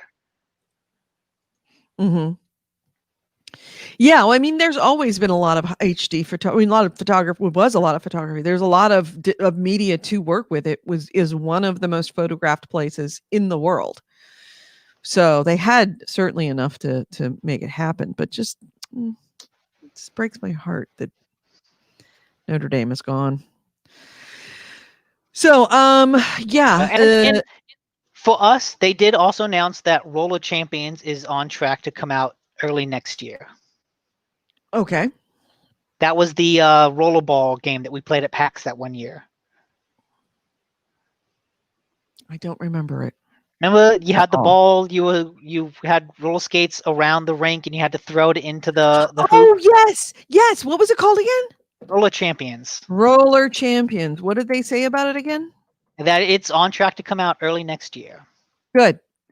Did they say what it's for? I mean, is it all consoles or anything specific? Because this is going to be a great game. Assume it's all consoles.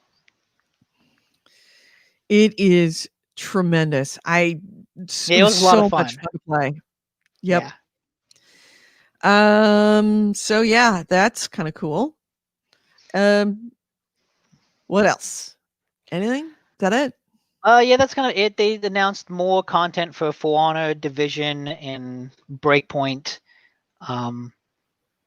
Apparently, Monster Prom is getting a sequel. Okay. So that's cool. That was the game that Andrew played a while back. Remember, he was talking about dating the Medusa chick. Yep.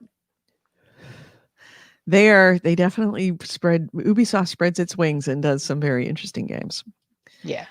All right. My next item, I guess it would be, is that there was a kind of a big thing that happened this week that plays into the Epic versus Apple kerfuffle. Okay. That it's not specifically involving Epic, but it does kind of address that, gets to the heart of the issue of the Epic thing. So where is my thing? So Apple this week made a ruling about streaming services, specifically xCloud. Project xCloud, formerly known as xCloud, that's now part of the Game Pass Ultimate. So that streaming service is going to be available in 22 countries starting September 15th, but only available on smartphones and tablets at launch.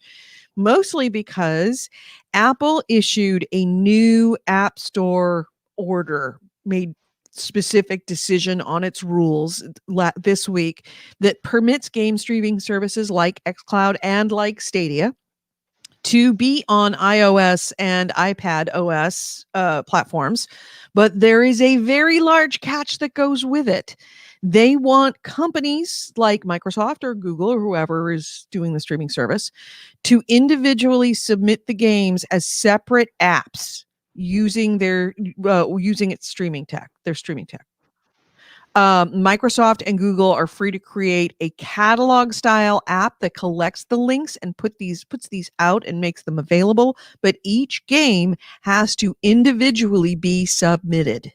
And Microsoft did not take that well, to say the least.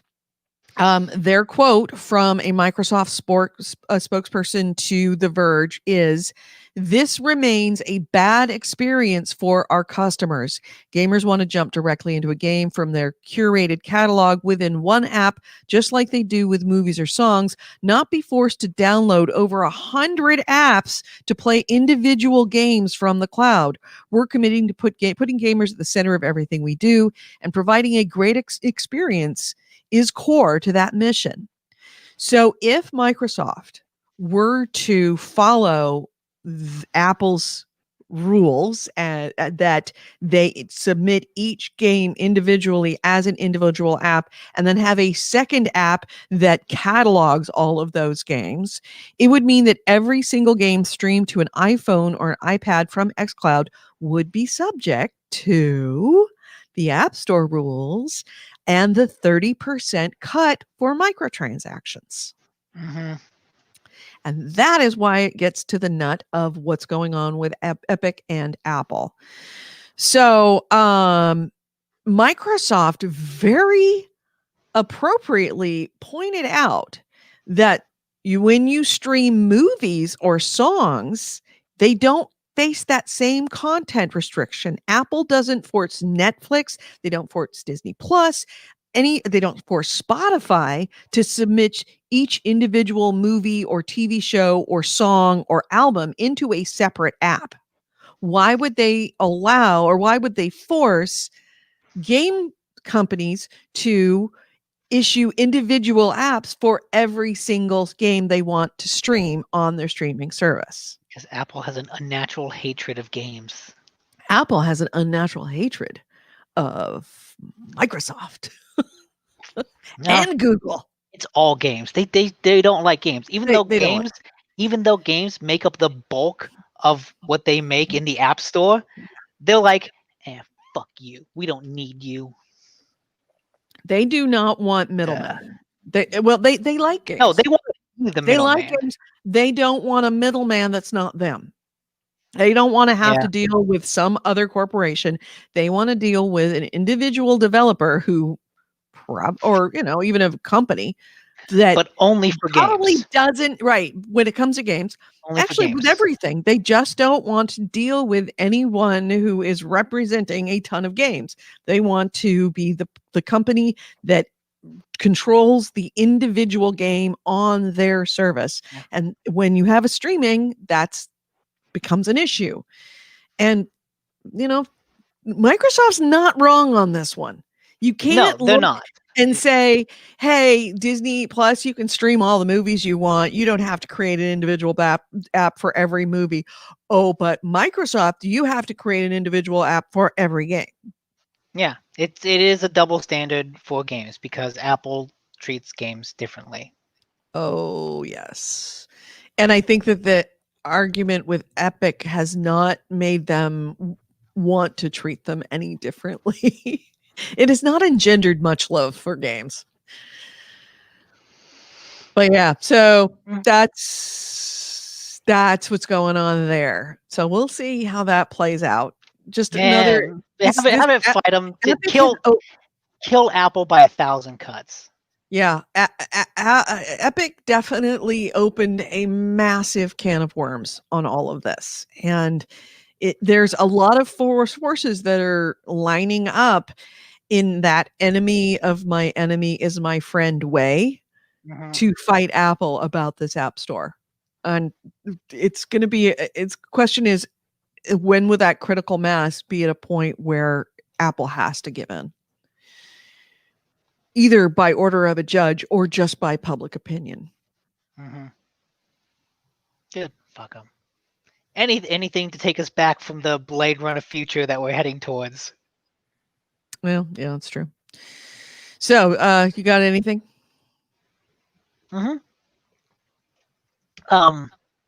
So a while ago, a couple weeks ago, the 505 Games mentioned that the upgrade for Control for next-gen consoles would only be available for Control Ultimate Edition.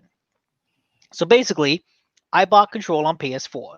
If I want to play it on PS5, I could stick the disc in and I could play it. But if I wanted to play it with ray tracing and with all of the enhanced effects for that next gen, I would have to rebuy the Ultimate Edition of the game for $40. They justified this by saying, like, it can't happen. We can't do it. There's just no good way of doing it. It's not really. Yeah, there's no good way of doing it without leaving someone behind. We can't just flip a switch and do it. And I'm sympathetic to that idea. I'm sympathetic, especially because Control came out a while ago, right? Yeah. It came out last year. I'm sympathetic to the idea of, look, if they want to put on Ultimate Edition and charge for upgrade, do it. Like, just do it. Not all of these upgrades have to be free. Like, a couple people have done it, but 505 Games is not the biggest publisher in the world. Control didn't exactly set the world on fire when it came out financially. I could see them trying to squeak a little extra money out of it by charging people for this upgrade. Whatever, fine. But they made all these excuses about how they couldn't do it, how it wasn't easy, they couldn't just flip a switch. Now, people that own the game have been going into the store and seeing that, oh, wait a minute. According to the store, I have the Ultimate Edition. And so it seems like something on the back end of these storefronts has automatically upgraded people to the Ultimate Edition. Oh, it was a switch that got flipped. Before it then got unflipped and revoked all of that again. It reminds me of that time when I forgot who it was. Was it Microsoft that said, "Oh, we can't do crossplay"? Was it Microsoft or was it a developer for a game that said, "We can't do crossplay; it's not possible"? And then somebody flipped a switch and allowed crossplay for like 5 hours until they realized Sony, it was Fortnite. Like, it was Fortnite that basically someone realized, like, was playing on Xbox and realized that the name, it like had an underscore in it, and they're like, wait a minute, Xbox gamer tags can't have an underscore in it. And they realized they're playing with someone on PlayStation, and then Epic was like, oh, oops. Can't do that. Unflip that switch. Unflip the switch. And they had said previously that it was not technologically possible to do it. But yeah, well, and Sony had gone on, and that was one of the first incidents that got people really pushing for that sort of crossplay. Right. So yeah, that is definitely egg on the face of 505 Games. Like, look, I get just say we need the money. Just say we want the money. We just say we put hard work into creating ray tracing for this, and we think the developers should be financially compensated for that. And just fucking leave it at that. That's a problem with telling a lie in order to justify something, is that if that lie gets exposed, then you pretty much can't not do it at that point. Yeah. It's all bad luck all the way around. So going back, I forgot to hit this earlier. I don't know if you knew this, but that I know I have it here. Where is it? Did I not write this down? I guess not. Microsoft has confirmed that the Xbox Series X is not going to run Xbox One enhanced versions of backwards compatible games. It's going to run Xbox One S versions of Xbox One and Xbox 360 titles with other beneficial features. Now, this was reported by VGC that Xbox Series S won't run Xbox One enhanced versions of Xbox One and Xbox 360 games. It will be a step above the Xbox One S with improved texture, this is a quote, improved texture filtering, higher and more consistent frame rates, and faster load times, and auto HDR. This is continuing the quote, Xbox Series S was designed to be the most affordable next generation console and play next generation games at 1440p and 60 FPS. To deliver the highest quality backwards compatible experience consistent with the developer's original intent, the Xbox Series S runs the Xbox One S version of backwards compatible games while applying improved texture filtering, higher and more consistent frame rates, faster load times, and auto HDR. Okay, so it sounds like we're looking at 3 generations here, right? We're looking at the Xbox One, the Xbox One X, and the Xbox One Series.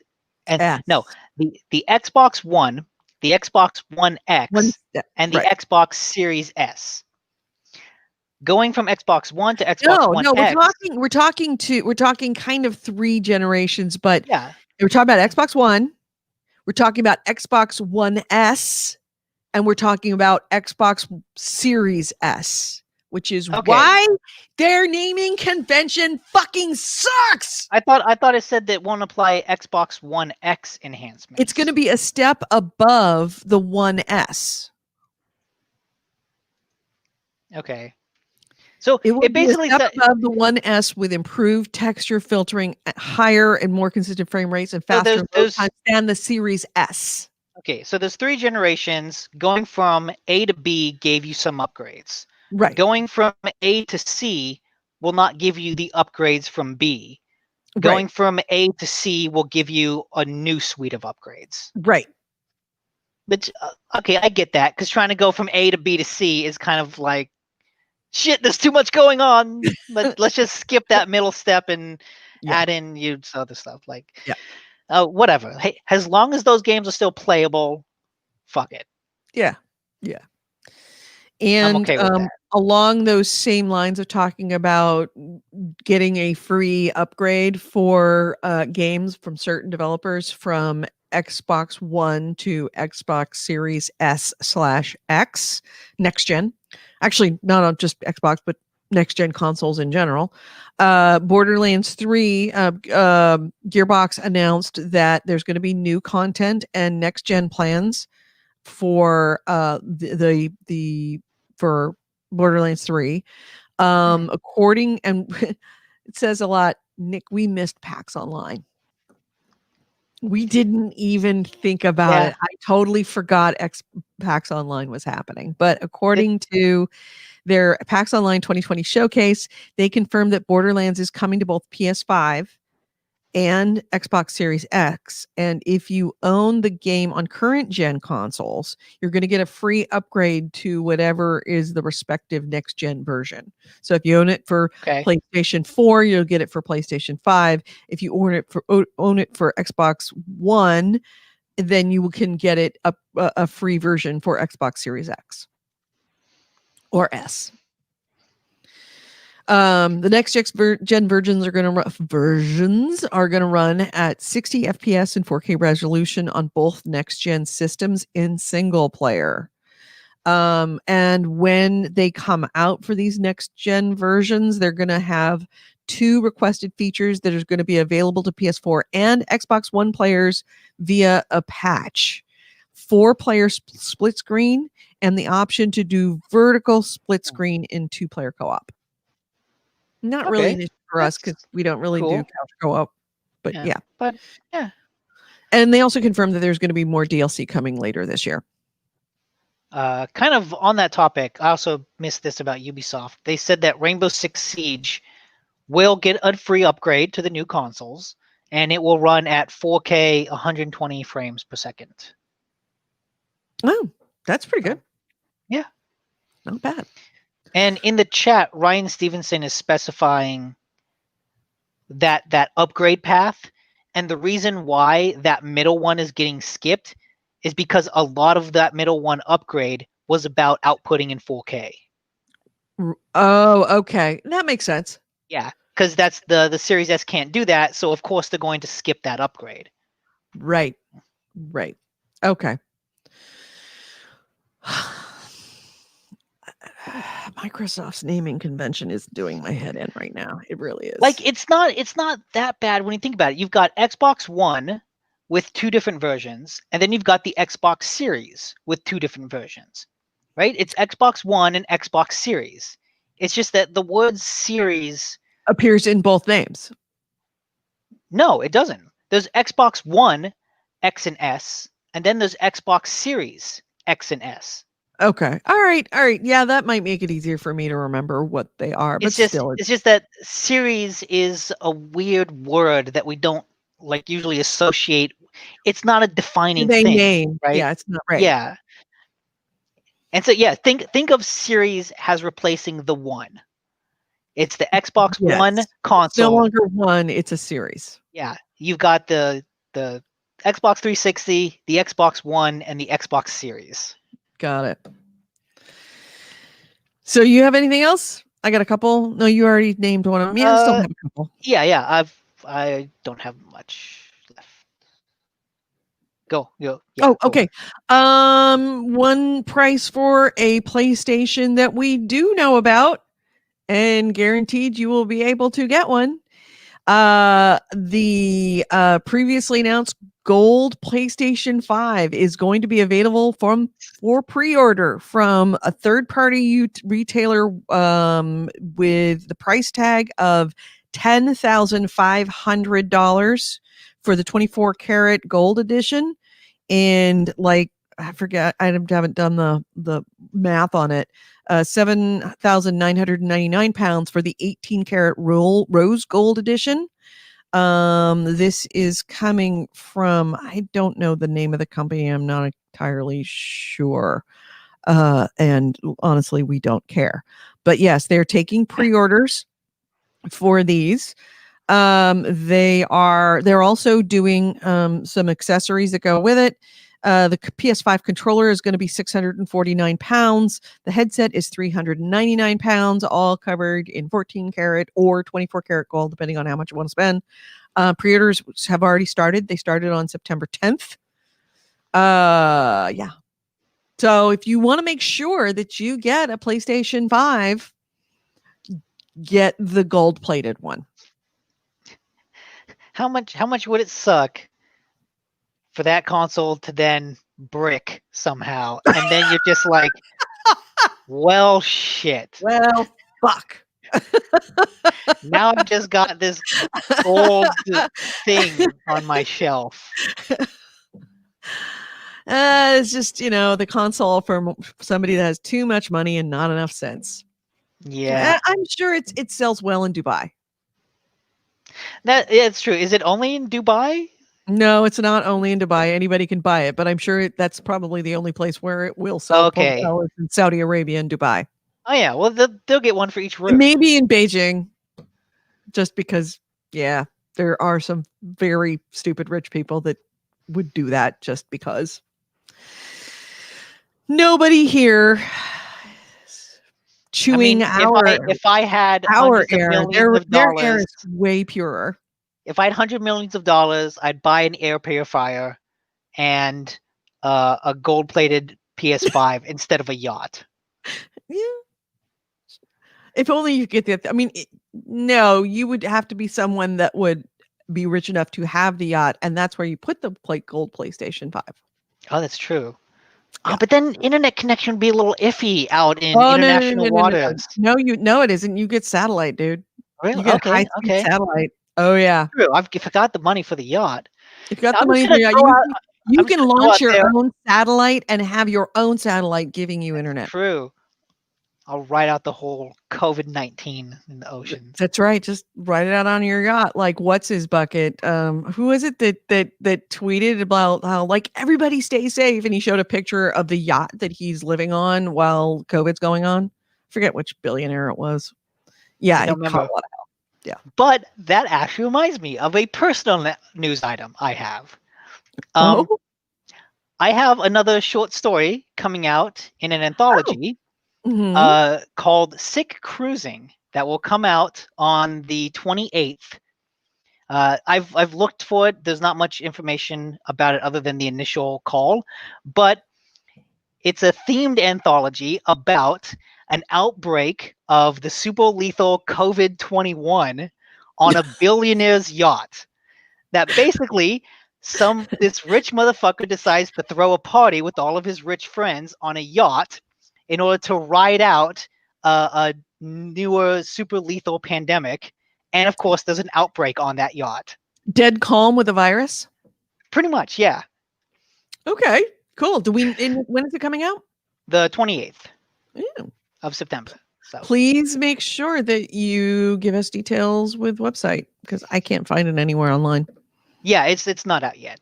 I just got like a yeah. I looked up Sick Cruising.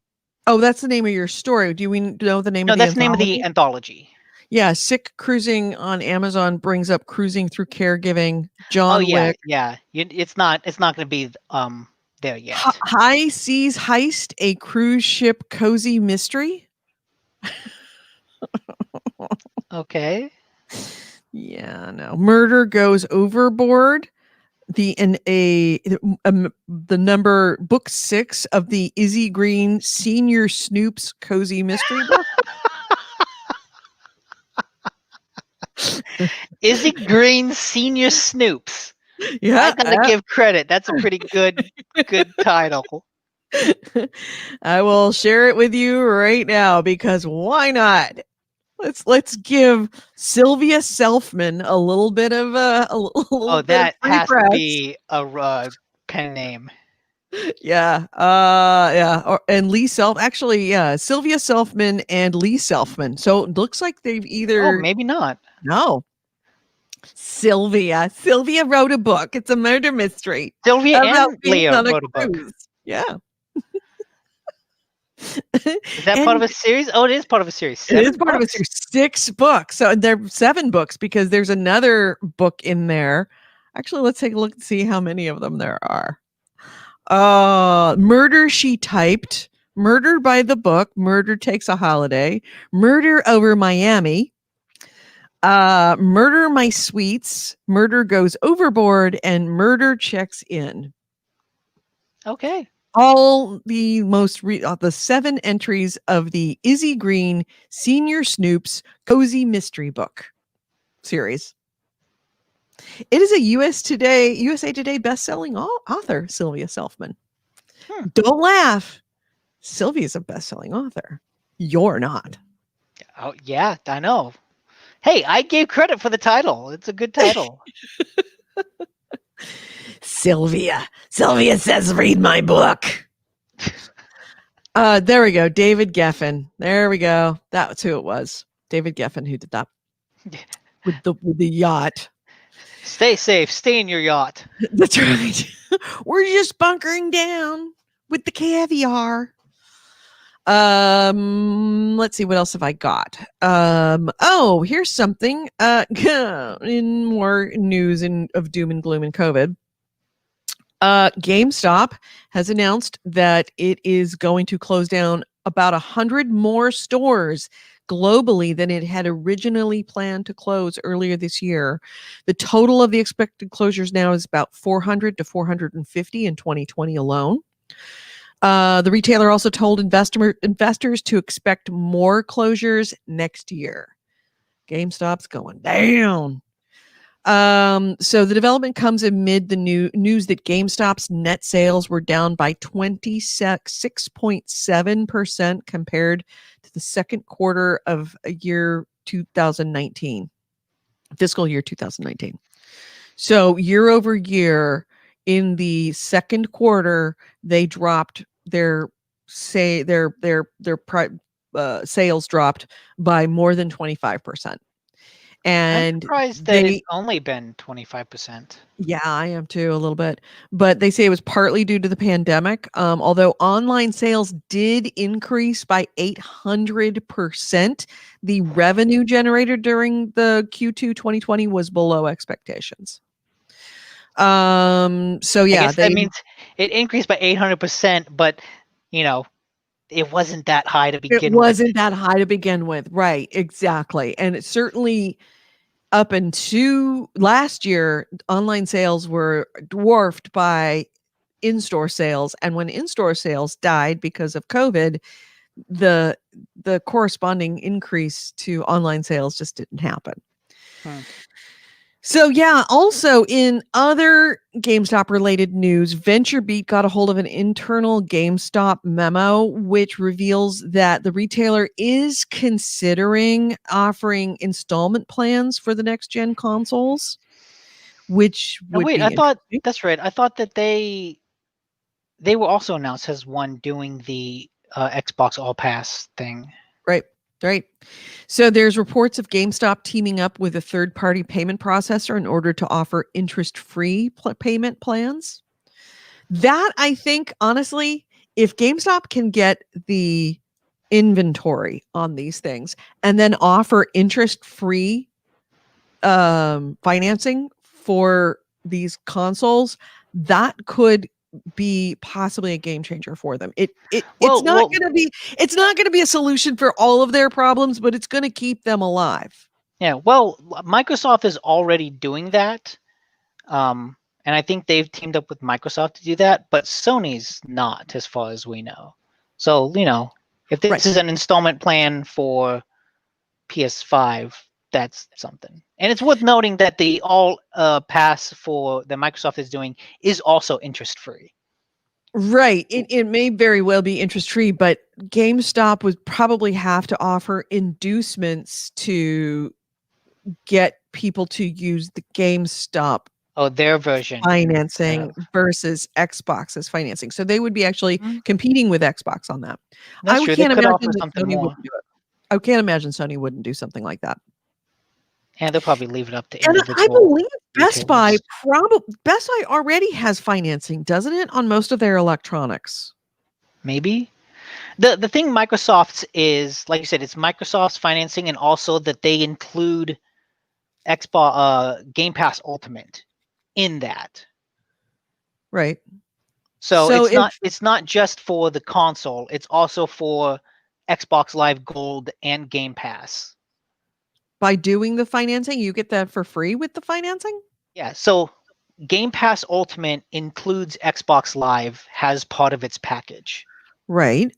And so when you sign up for the All Access Pass, you're just paying for the console and a subscription to Game Pass Ultimate.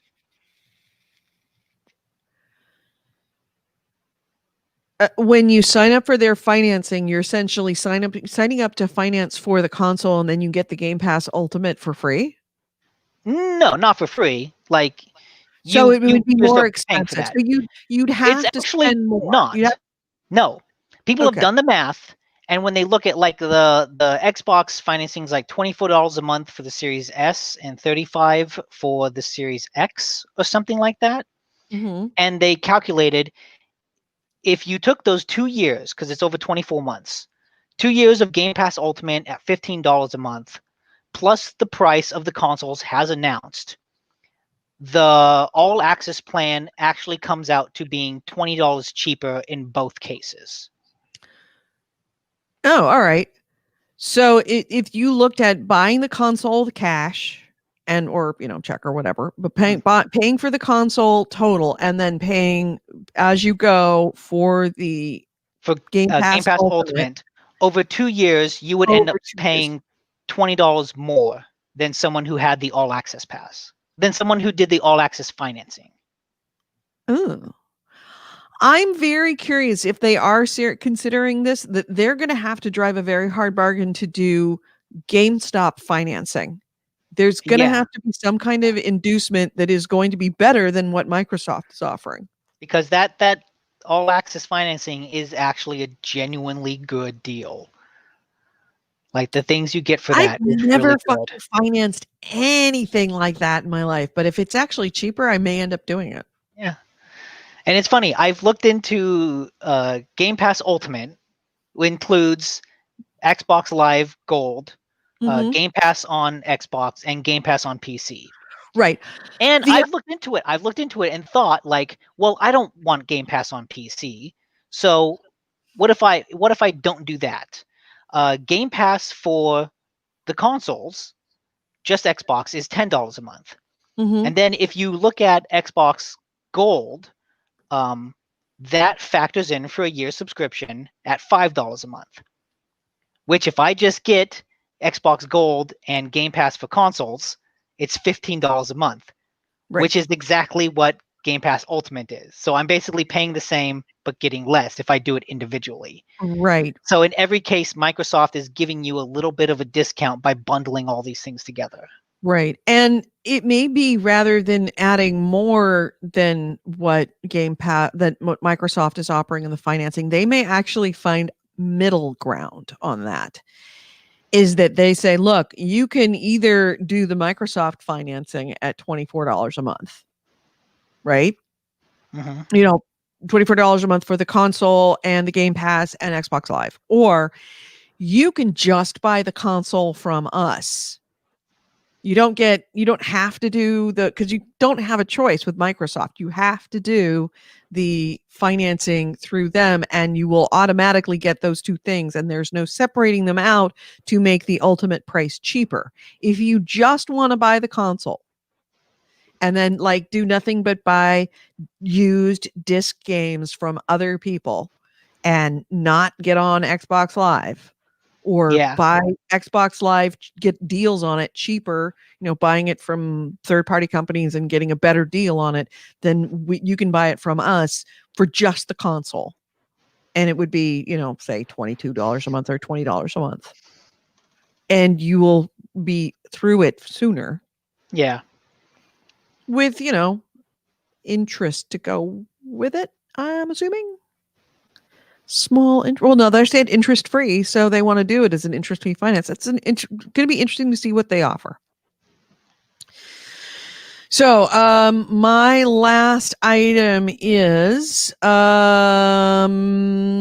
let's see. I think I had one more. We already talked about Control with that thing. We talked about the solid gold. Oh, and the last thing is that Ninja, and I'm kind of sorry Andrew's not here to talk about it. Ninja has returned to Twitch officially. He is Where returned. else would he go? Yeah, I know. There's kind of nowhere else to go.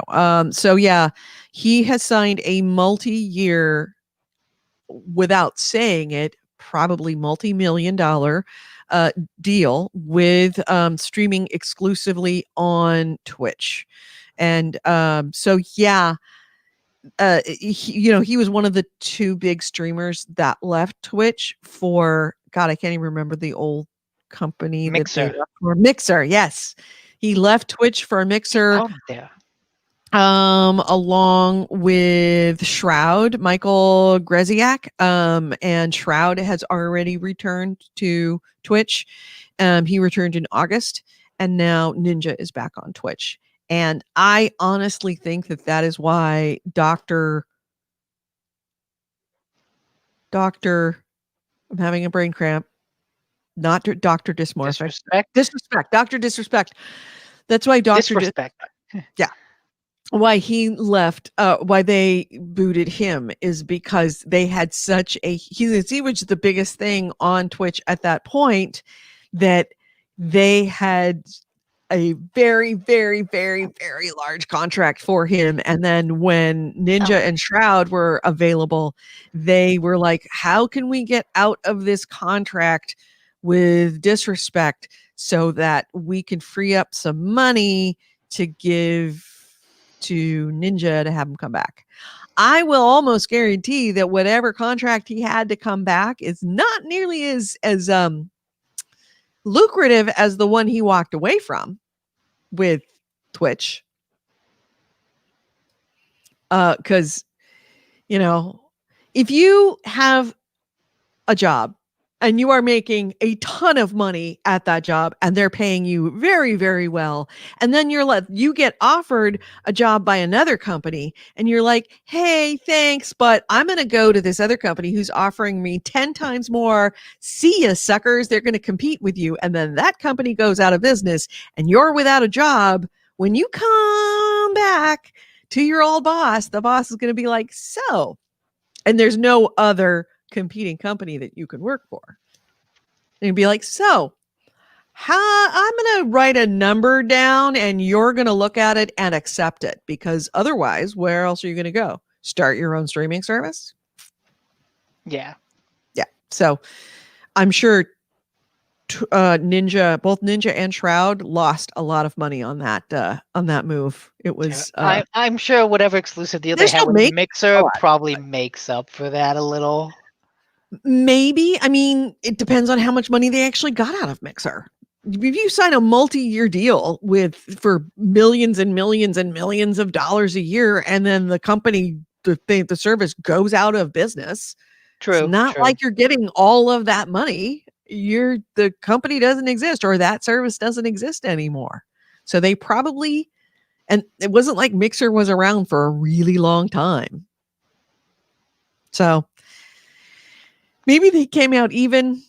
Maybe in the long run, they'll end up losing a little bit of money because they probably lost some. They probably didn't get signed back for the same amount they were originally on for. So we'll see.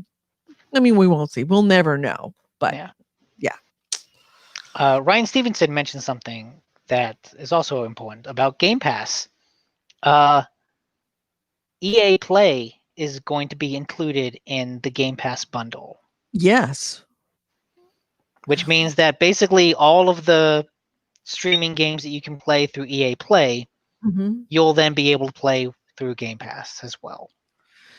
Yeah, this whole streaming services and extra added features and bells and whistles just makes this whole complicated algorithm you have to figure out of how much it's going to cost and where it's going to cost. This is the kind of stuff that financial MBAs can't barely figure out. If Game Pass can act as some sort of bundle of other streaming services of like, hey, look, here's EA streaming service, here's Ubisoft streaming service, here's, I don't know, Activision's streaming. I don't think they have one, but if it can kind of bundle all those other streaming services and just give them to you in Game Pass, that would be nice. Yeah. It's one less subscription you have to worry about. Yeah, it's getting really complicated. It's almost like getting the opposite. It's service with all of the different add-on packages. Let's hear it for simplicity. The thing is, it's not a bunch of money, and you just stop, nickel and diming me. Just one price. But that's the thing. It's not, because Game Pass isn't getting more expensive. They're just including this other service into their package. Yeah. Like now, if you get Game Pass, you could don't subscribe to EA Play. Like, stop giving them your $10 a month. You don't have to do that anymore. That's one subscription you can cancel. Let's see. All right. I will bring this question. It's the end of the show. Why not? Richard Holloway says, hi guys. Thank you for keeping me entertained. Keep up the good work. My question is, my ex-partner threw my PlayStation out the window during an argument, so I took a dump on her lawn as payback. Do you think that's acceptable or not? I mean, the two are not really financially equivalent, so you might have to take a couple more dumps to like get that clean up to equal the cost of the. Well, I don't know. Is there an HOA involved? If there is a homeowners association involved, it actually could be more expensive to have that dump on the lawn. Okay. Additional context. Maybe you want to write something with it, add to the cleanup costs. How much corn did you eat the week before? That's what true. It all comes down to. How easy is it to clean up? Yep, exactly. Was it like I'd been drinking for a couple of weeks and my gut was not doing well and, you just splatter painted the lawn? Or was it, more like a doggy do that you just pick up with a poop bag, a really big poop bag? And it said lawn. That Right. makes it harder to clean up, right? Like if it was just pavement, you could power wash that away. But lawn, it gets into the grass and it sticks in there. AC Wraith has a very good answer. He says, sounds like you pay to give someone else free fertilizer. That's true too. And how sunny was the day? Was it like a baking hot sunny with the windows open so that, she got it all, or the partner, he or she got it all into the house, that smell? Oh, terrible diarrhea. Yeah. Then if you had terrible diarrhea, then it's definitely equivalent. It's equivalent. That's good. Okay. Yeah, you're equal now. Right. If you really had to work in cleaning it up, then yeah, you're equal. And it depends on which PlayStation. Are we talking about, an PlayStation 1? Right. Or even if it's a PlayStation, or are we talking about PlayStation 4 original? Are we PlayStation Pro? Which one are we talking? How old was it? What kind of condition? Was it dusty? Oh, my PlayStation Have is cockroaches in it. really struggling now. Really? Oh yeah, it struggles to just even load itself up. It is running. I've heard some people in the Bay Area have been getting errors of the PlayStation going like, it's too hot, we're shutting down. Basically like an emergency reaction to overheating is like, no, we're getting too hot, shut it down. Yeah, I haven't gotten that error message yet, but it's also kind of good to know that it has that. Yeah. So it doesn't have a red ring situation. Right. Doesn't bake itself. Yeah, no, I haven't had that happen. It just takes a really long time to just even bring up like just the dashboard. It sits there and thinks about the dashboard for a good long time. And then it brings up the dashboard. I will say it's like, once it kind of gets on its firm footing, everything loaded and it works fine, but don't press it too hard because it may just lock up and just kind of think about it for a really long time before it resolves its issues. The Pro has been pretty good with that, and I think there was a recent update to Ghost of Tsushima that I think actually shortened the load times, because whenever I fast travel around the map, I've noticed that the load times are distinctly shorter. Like they're 5 seconds at most. And before, I remember it was long enough that like, okay, I would pick up my phone, look at a Reddit post or something, and then go back to the game when it loaded. And now I do not have time to do something like that. So I think they actually improved the load times with an update. I will say though, with that game specifically, whenever I load into a new area that has a lot of stuff on the screen, a lot of particle effects floating through the wind, that PlayStation suddenly revs up like a jet engine. Yep. I can hear it working hard. It's definitely getting its workout getting its steps in. Yeah. Richard Holloway has identified, he says it's a PlayStation 4 Pro.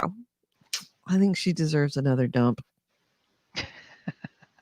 She or he, difference. If it's a backwards compatible PlayStation 2?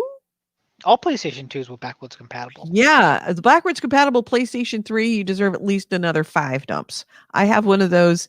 I bought it used and have never plugged it in just because I want it. I have one of the original chipsets when they had 2 separate chipsets in it. Yep, I got one of those sitting on my shelf. I am never getting rid of that thing. I've got one of those in a box in my closet. Gold. Mwah, gold. The 80 gigabyte version. Which it wasn't just an emulator, it basically included the entire PS2 hardware. It was a PS2 inside of your PS3 with your PS3. Yeah. Oh yeah, I got one of those. All right, so nothing else to talk about. It is 4:20, dudes, at least here in California. Anything else we want to add to the show before we close it out? No, that's all that's been happening all week. So the cats have woken up and they're now getting active and jumping around. Sun's starting to go down and they're like, hey, it's crazy time. They've gotten to the point where they want to stop begging for food, which they're not going to get for another hour and a half. So I've got a fun hour and a half of like, hey.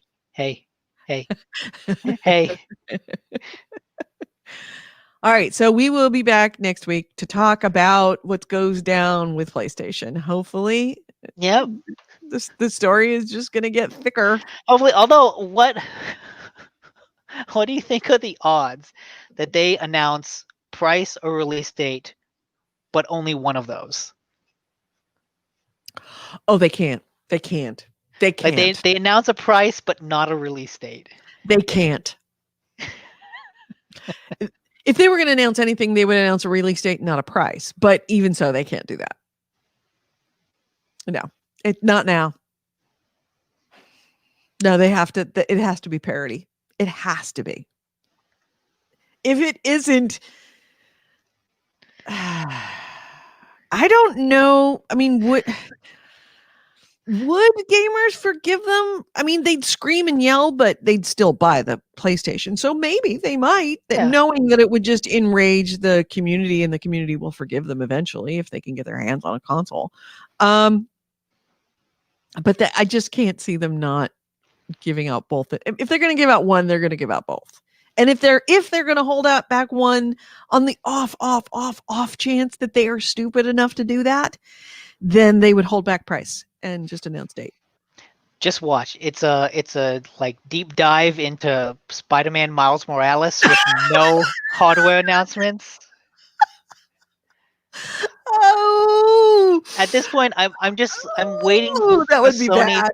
to do something to drop the ball, right? Oh, the screaming would be so loud. They have the ball, and they're gonna do the shot. I'm just waiting for them to slip. Somebody would SWAT the PlayStation offices if that happened, I think. Oh, that's a little too far. I think that there'd be enough PlayStation Sony fanboys who would absolutely be just beyond pissed, like completely apoplectic, if they didn't release that information on Wednesday. Especially the fact that they made the announcement that they're going to have this PlayStation showcase right after the announcement of the price and date of the Xbox. Yeah. It's obviously connected. You can't not connect those two. So yeah, no, we're going to know. We're going to know. And there's also no reason for them not to say anything now, other than just to be mean. What would be the rationale of why you wouldn't announce the price and date at this point? Utter stupidity, foolishness. Just to be mean. I mean, just to screw with people to see how far they can push their fans. I am really, really glad that information leaked, because that finally got this ball rolling. Yeah, somebody needed to do it. Well, yeah, I am glad too. So we'll know next week more about what our end of year decisions are going to be. I mean, yours are pretty well established at this point, and it's only for you. It's only for Sony to lose at this point. But I'm still agnostic.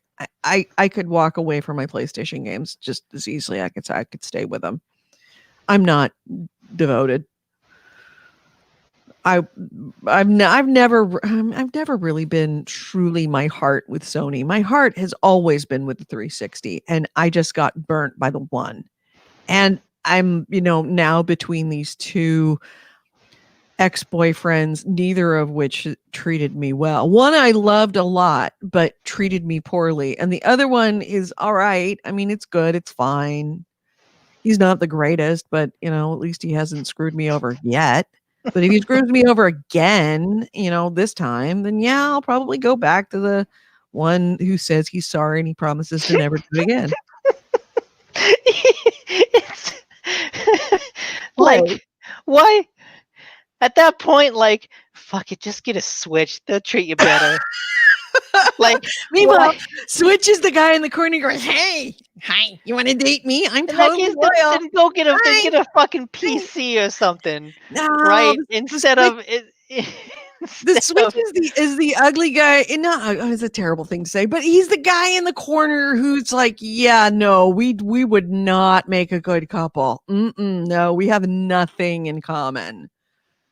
Loyalty or not, it's like, I'll treat you like a queen. It's like, no, I know you would, but still, you're not my type. You really aren't. Such awful options available to you. I know. This is the world. This is what it's like to be a gamer. It's just a choice between a bunch of bad boyfriends. Anyway.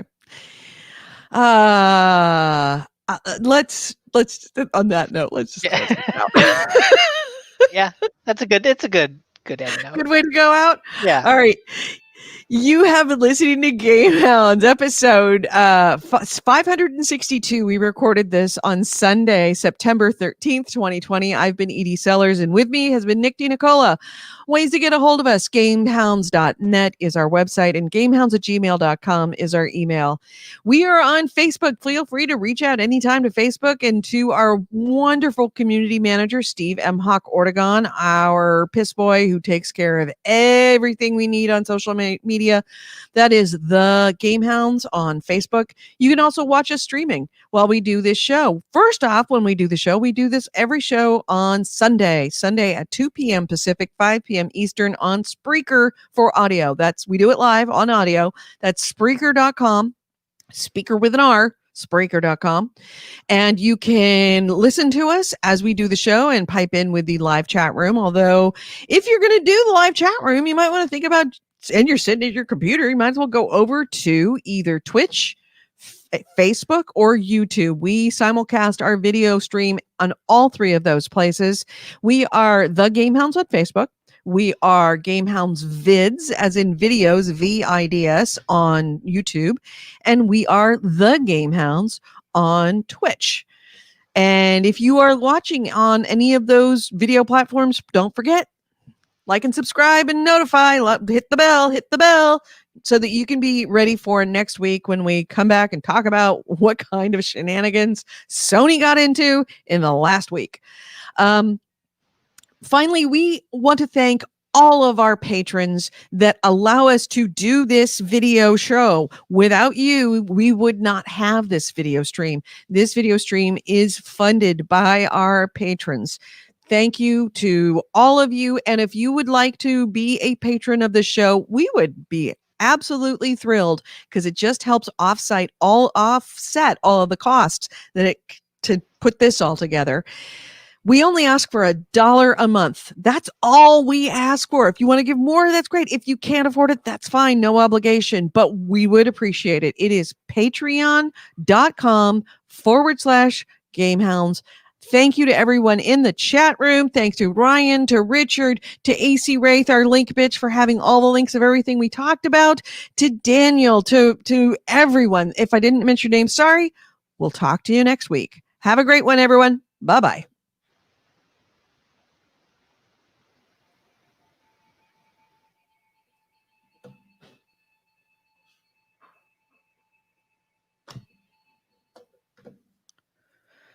Are we okay? We are out of the audio show. We are still available going on the video. All right. So, is Goalie still doing his grandfather's chest thing? Corey Wallace asks. I don't know if I don't think he's put up anything recently. I've wanted to write a story for him. I just haven't sat down and done it because of things. But yeah, I have an idea for a story I want to send him to do Grandpa's Hidden Chest. If you want to check it out, I think it's grandpa'shiddenchest.com to listen to audio shows of his. And Ryan Stevens tells me it's okay for me to switch sides.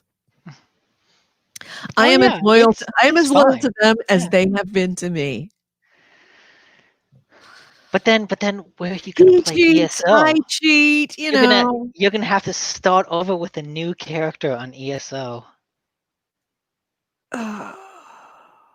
Oh, can you? Because that links to a server, right? That goes to a Bethesda. That's a good question, Corey. You might know this since you're an ESO head. If you switch consoles, does your character switch over? That is a very, very good question. Thank you for the link for the Grandpa's Hidden Chest, because you're awesome, AC. In theory, you shouldn't have to, but in reality, My gut feeling is absolutely I would have to start over on another character. Yeah.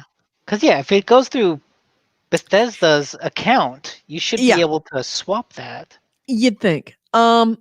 If I had to switch consoles, if I did switch Oh, consoles, you would totally start over. You started over with so many characters. I don't know that I play ESO again. If I did, it would be several years from now. Okay, when I you would go do it. back to Final Fantasy 14. No, I would just I No, don't have to play an MMO. you would start Warframe. I would start Warframe. Yeah, start with a new game. I would absolutely start with Warframe if I had to go over to the Xbox Series X. Mm-hmm. I don't know that I'm going to buy a Series X. No, make it S. If I had no consoles and I saw a Series X on the shelf, I would absolutely buy it. No question. In my perfect world, I would probably have an PlayStation 5 with the disc. And a Series S.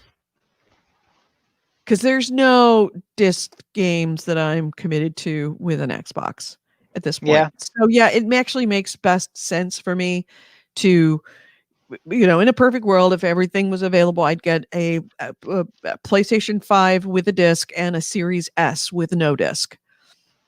And that would be my, that's a good thing, because I don't think I would ever need to have it if all things being equal.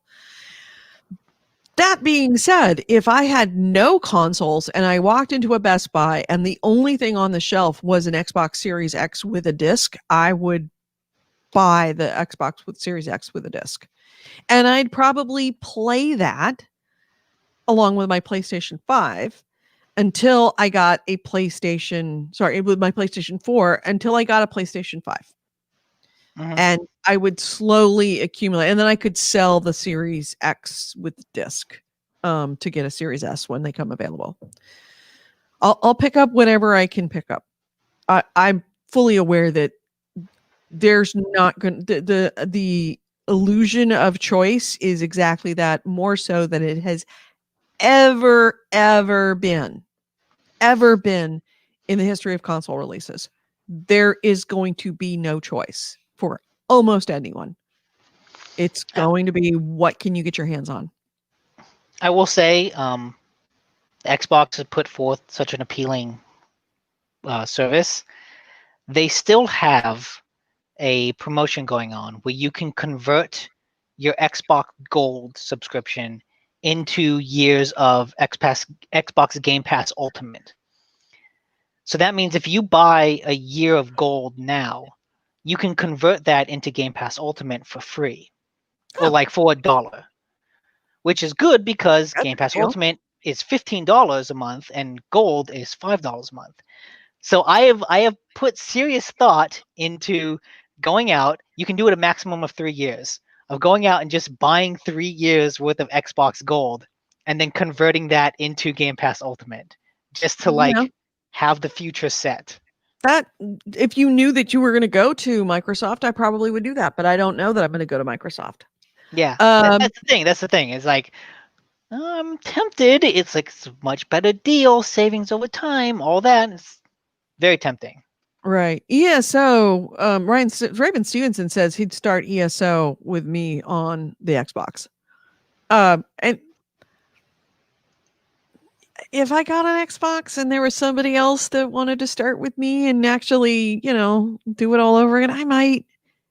Community, it counts for a lot. Community gaming and gaming with someone. That's the people that keep you coming back. So,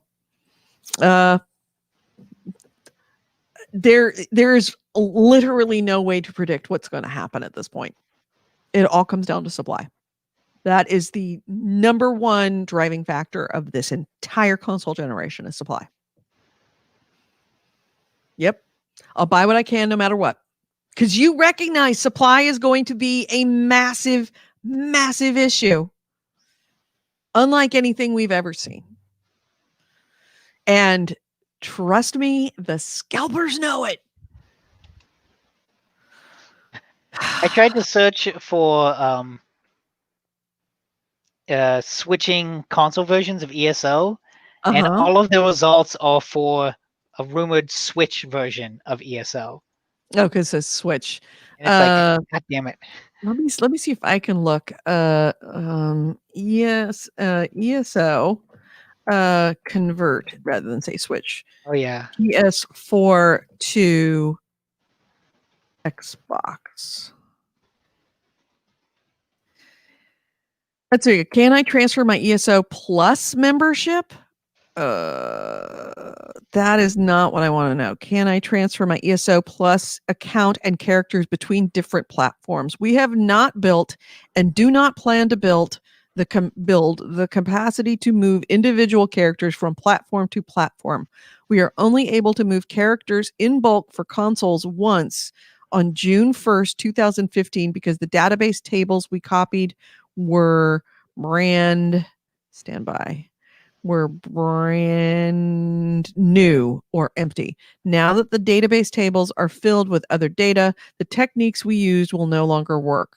Please note that Steam retail and digital purchases playable on PC are all PC versions of the game. The only difference with Steam is that it is integrated with the Steam client. If you have a purchase of the game in Steam, you only need to log into the game using your usual credentials. So no, I would not be able to transfer over my... Yeah, because it looks like I found a thing about account linking, and it says you can only link one PlayStation and or Xbox account to a single ESO account.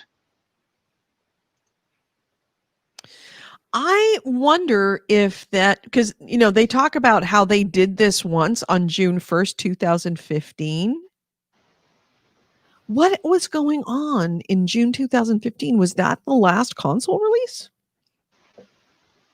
I don't know. Because maybe they might do that again for PlayStation /Xbox One Series X, PlayStation 5. Because in theory, they're going to be beautiful empty data tables for the new consoles. True. Same situation, that technique would absolutely apply because they had clean slate to work with. So maybe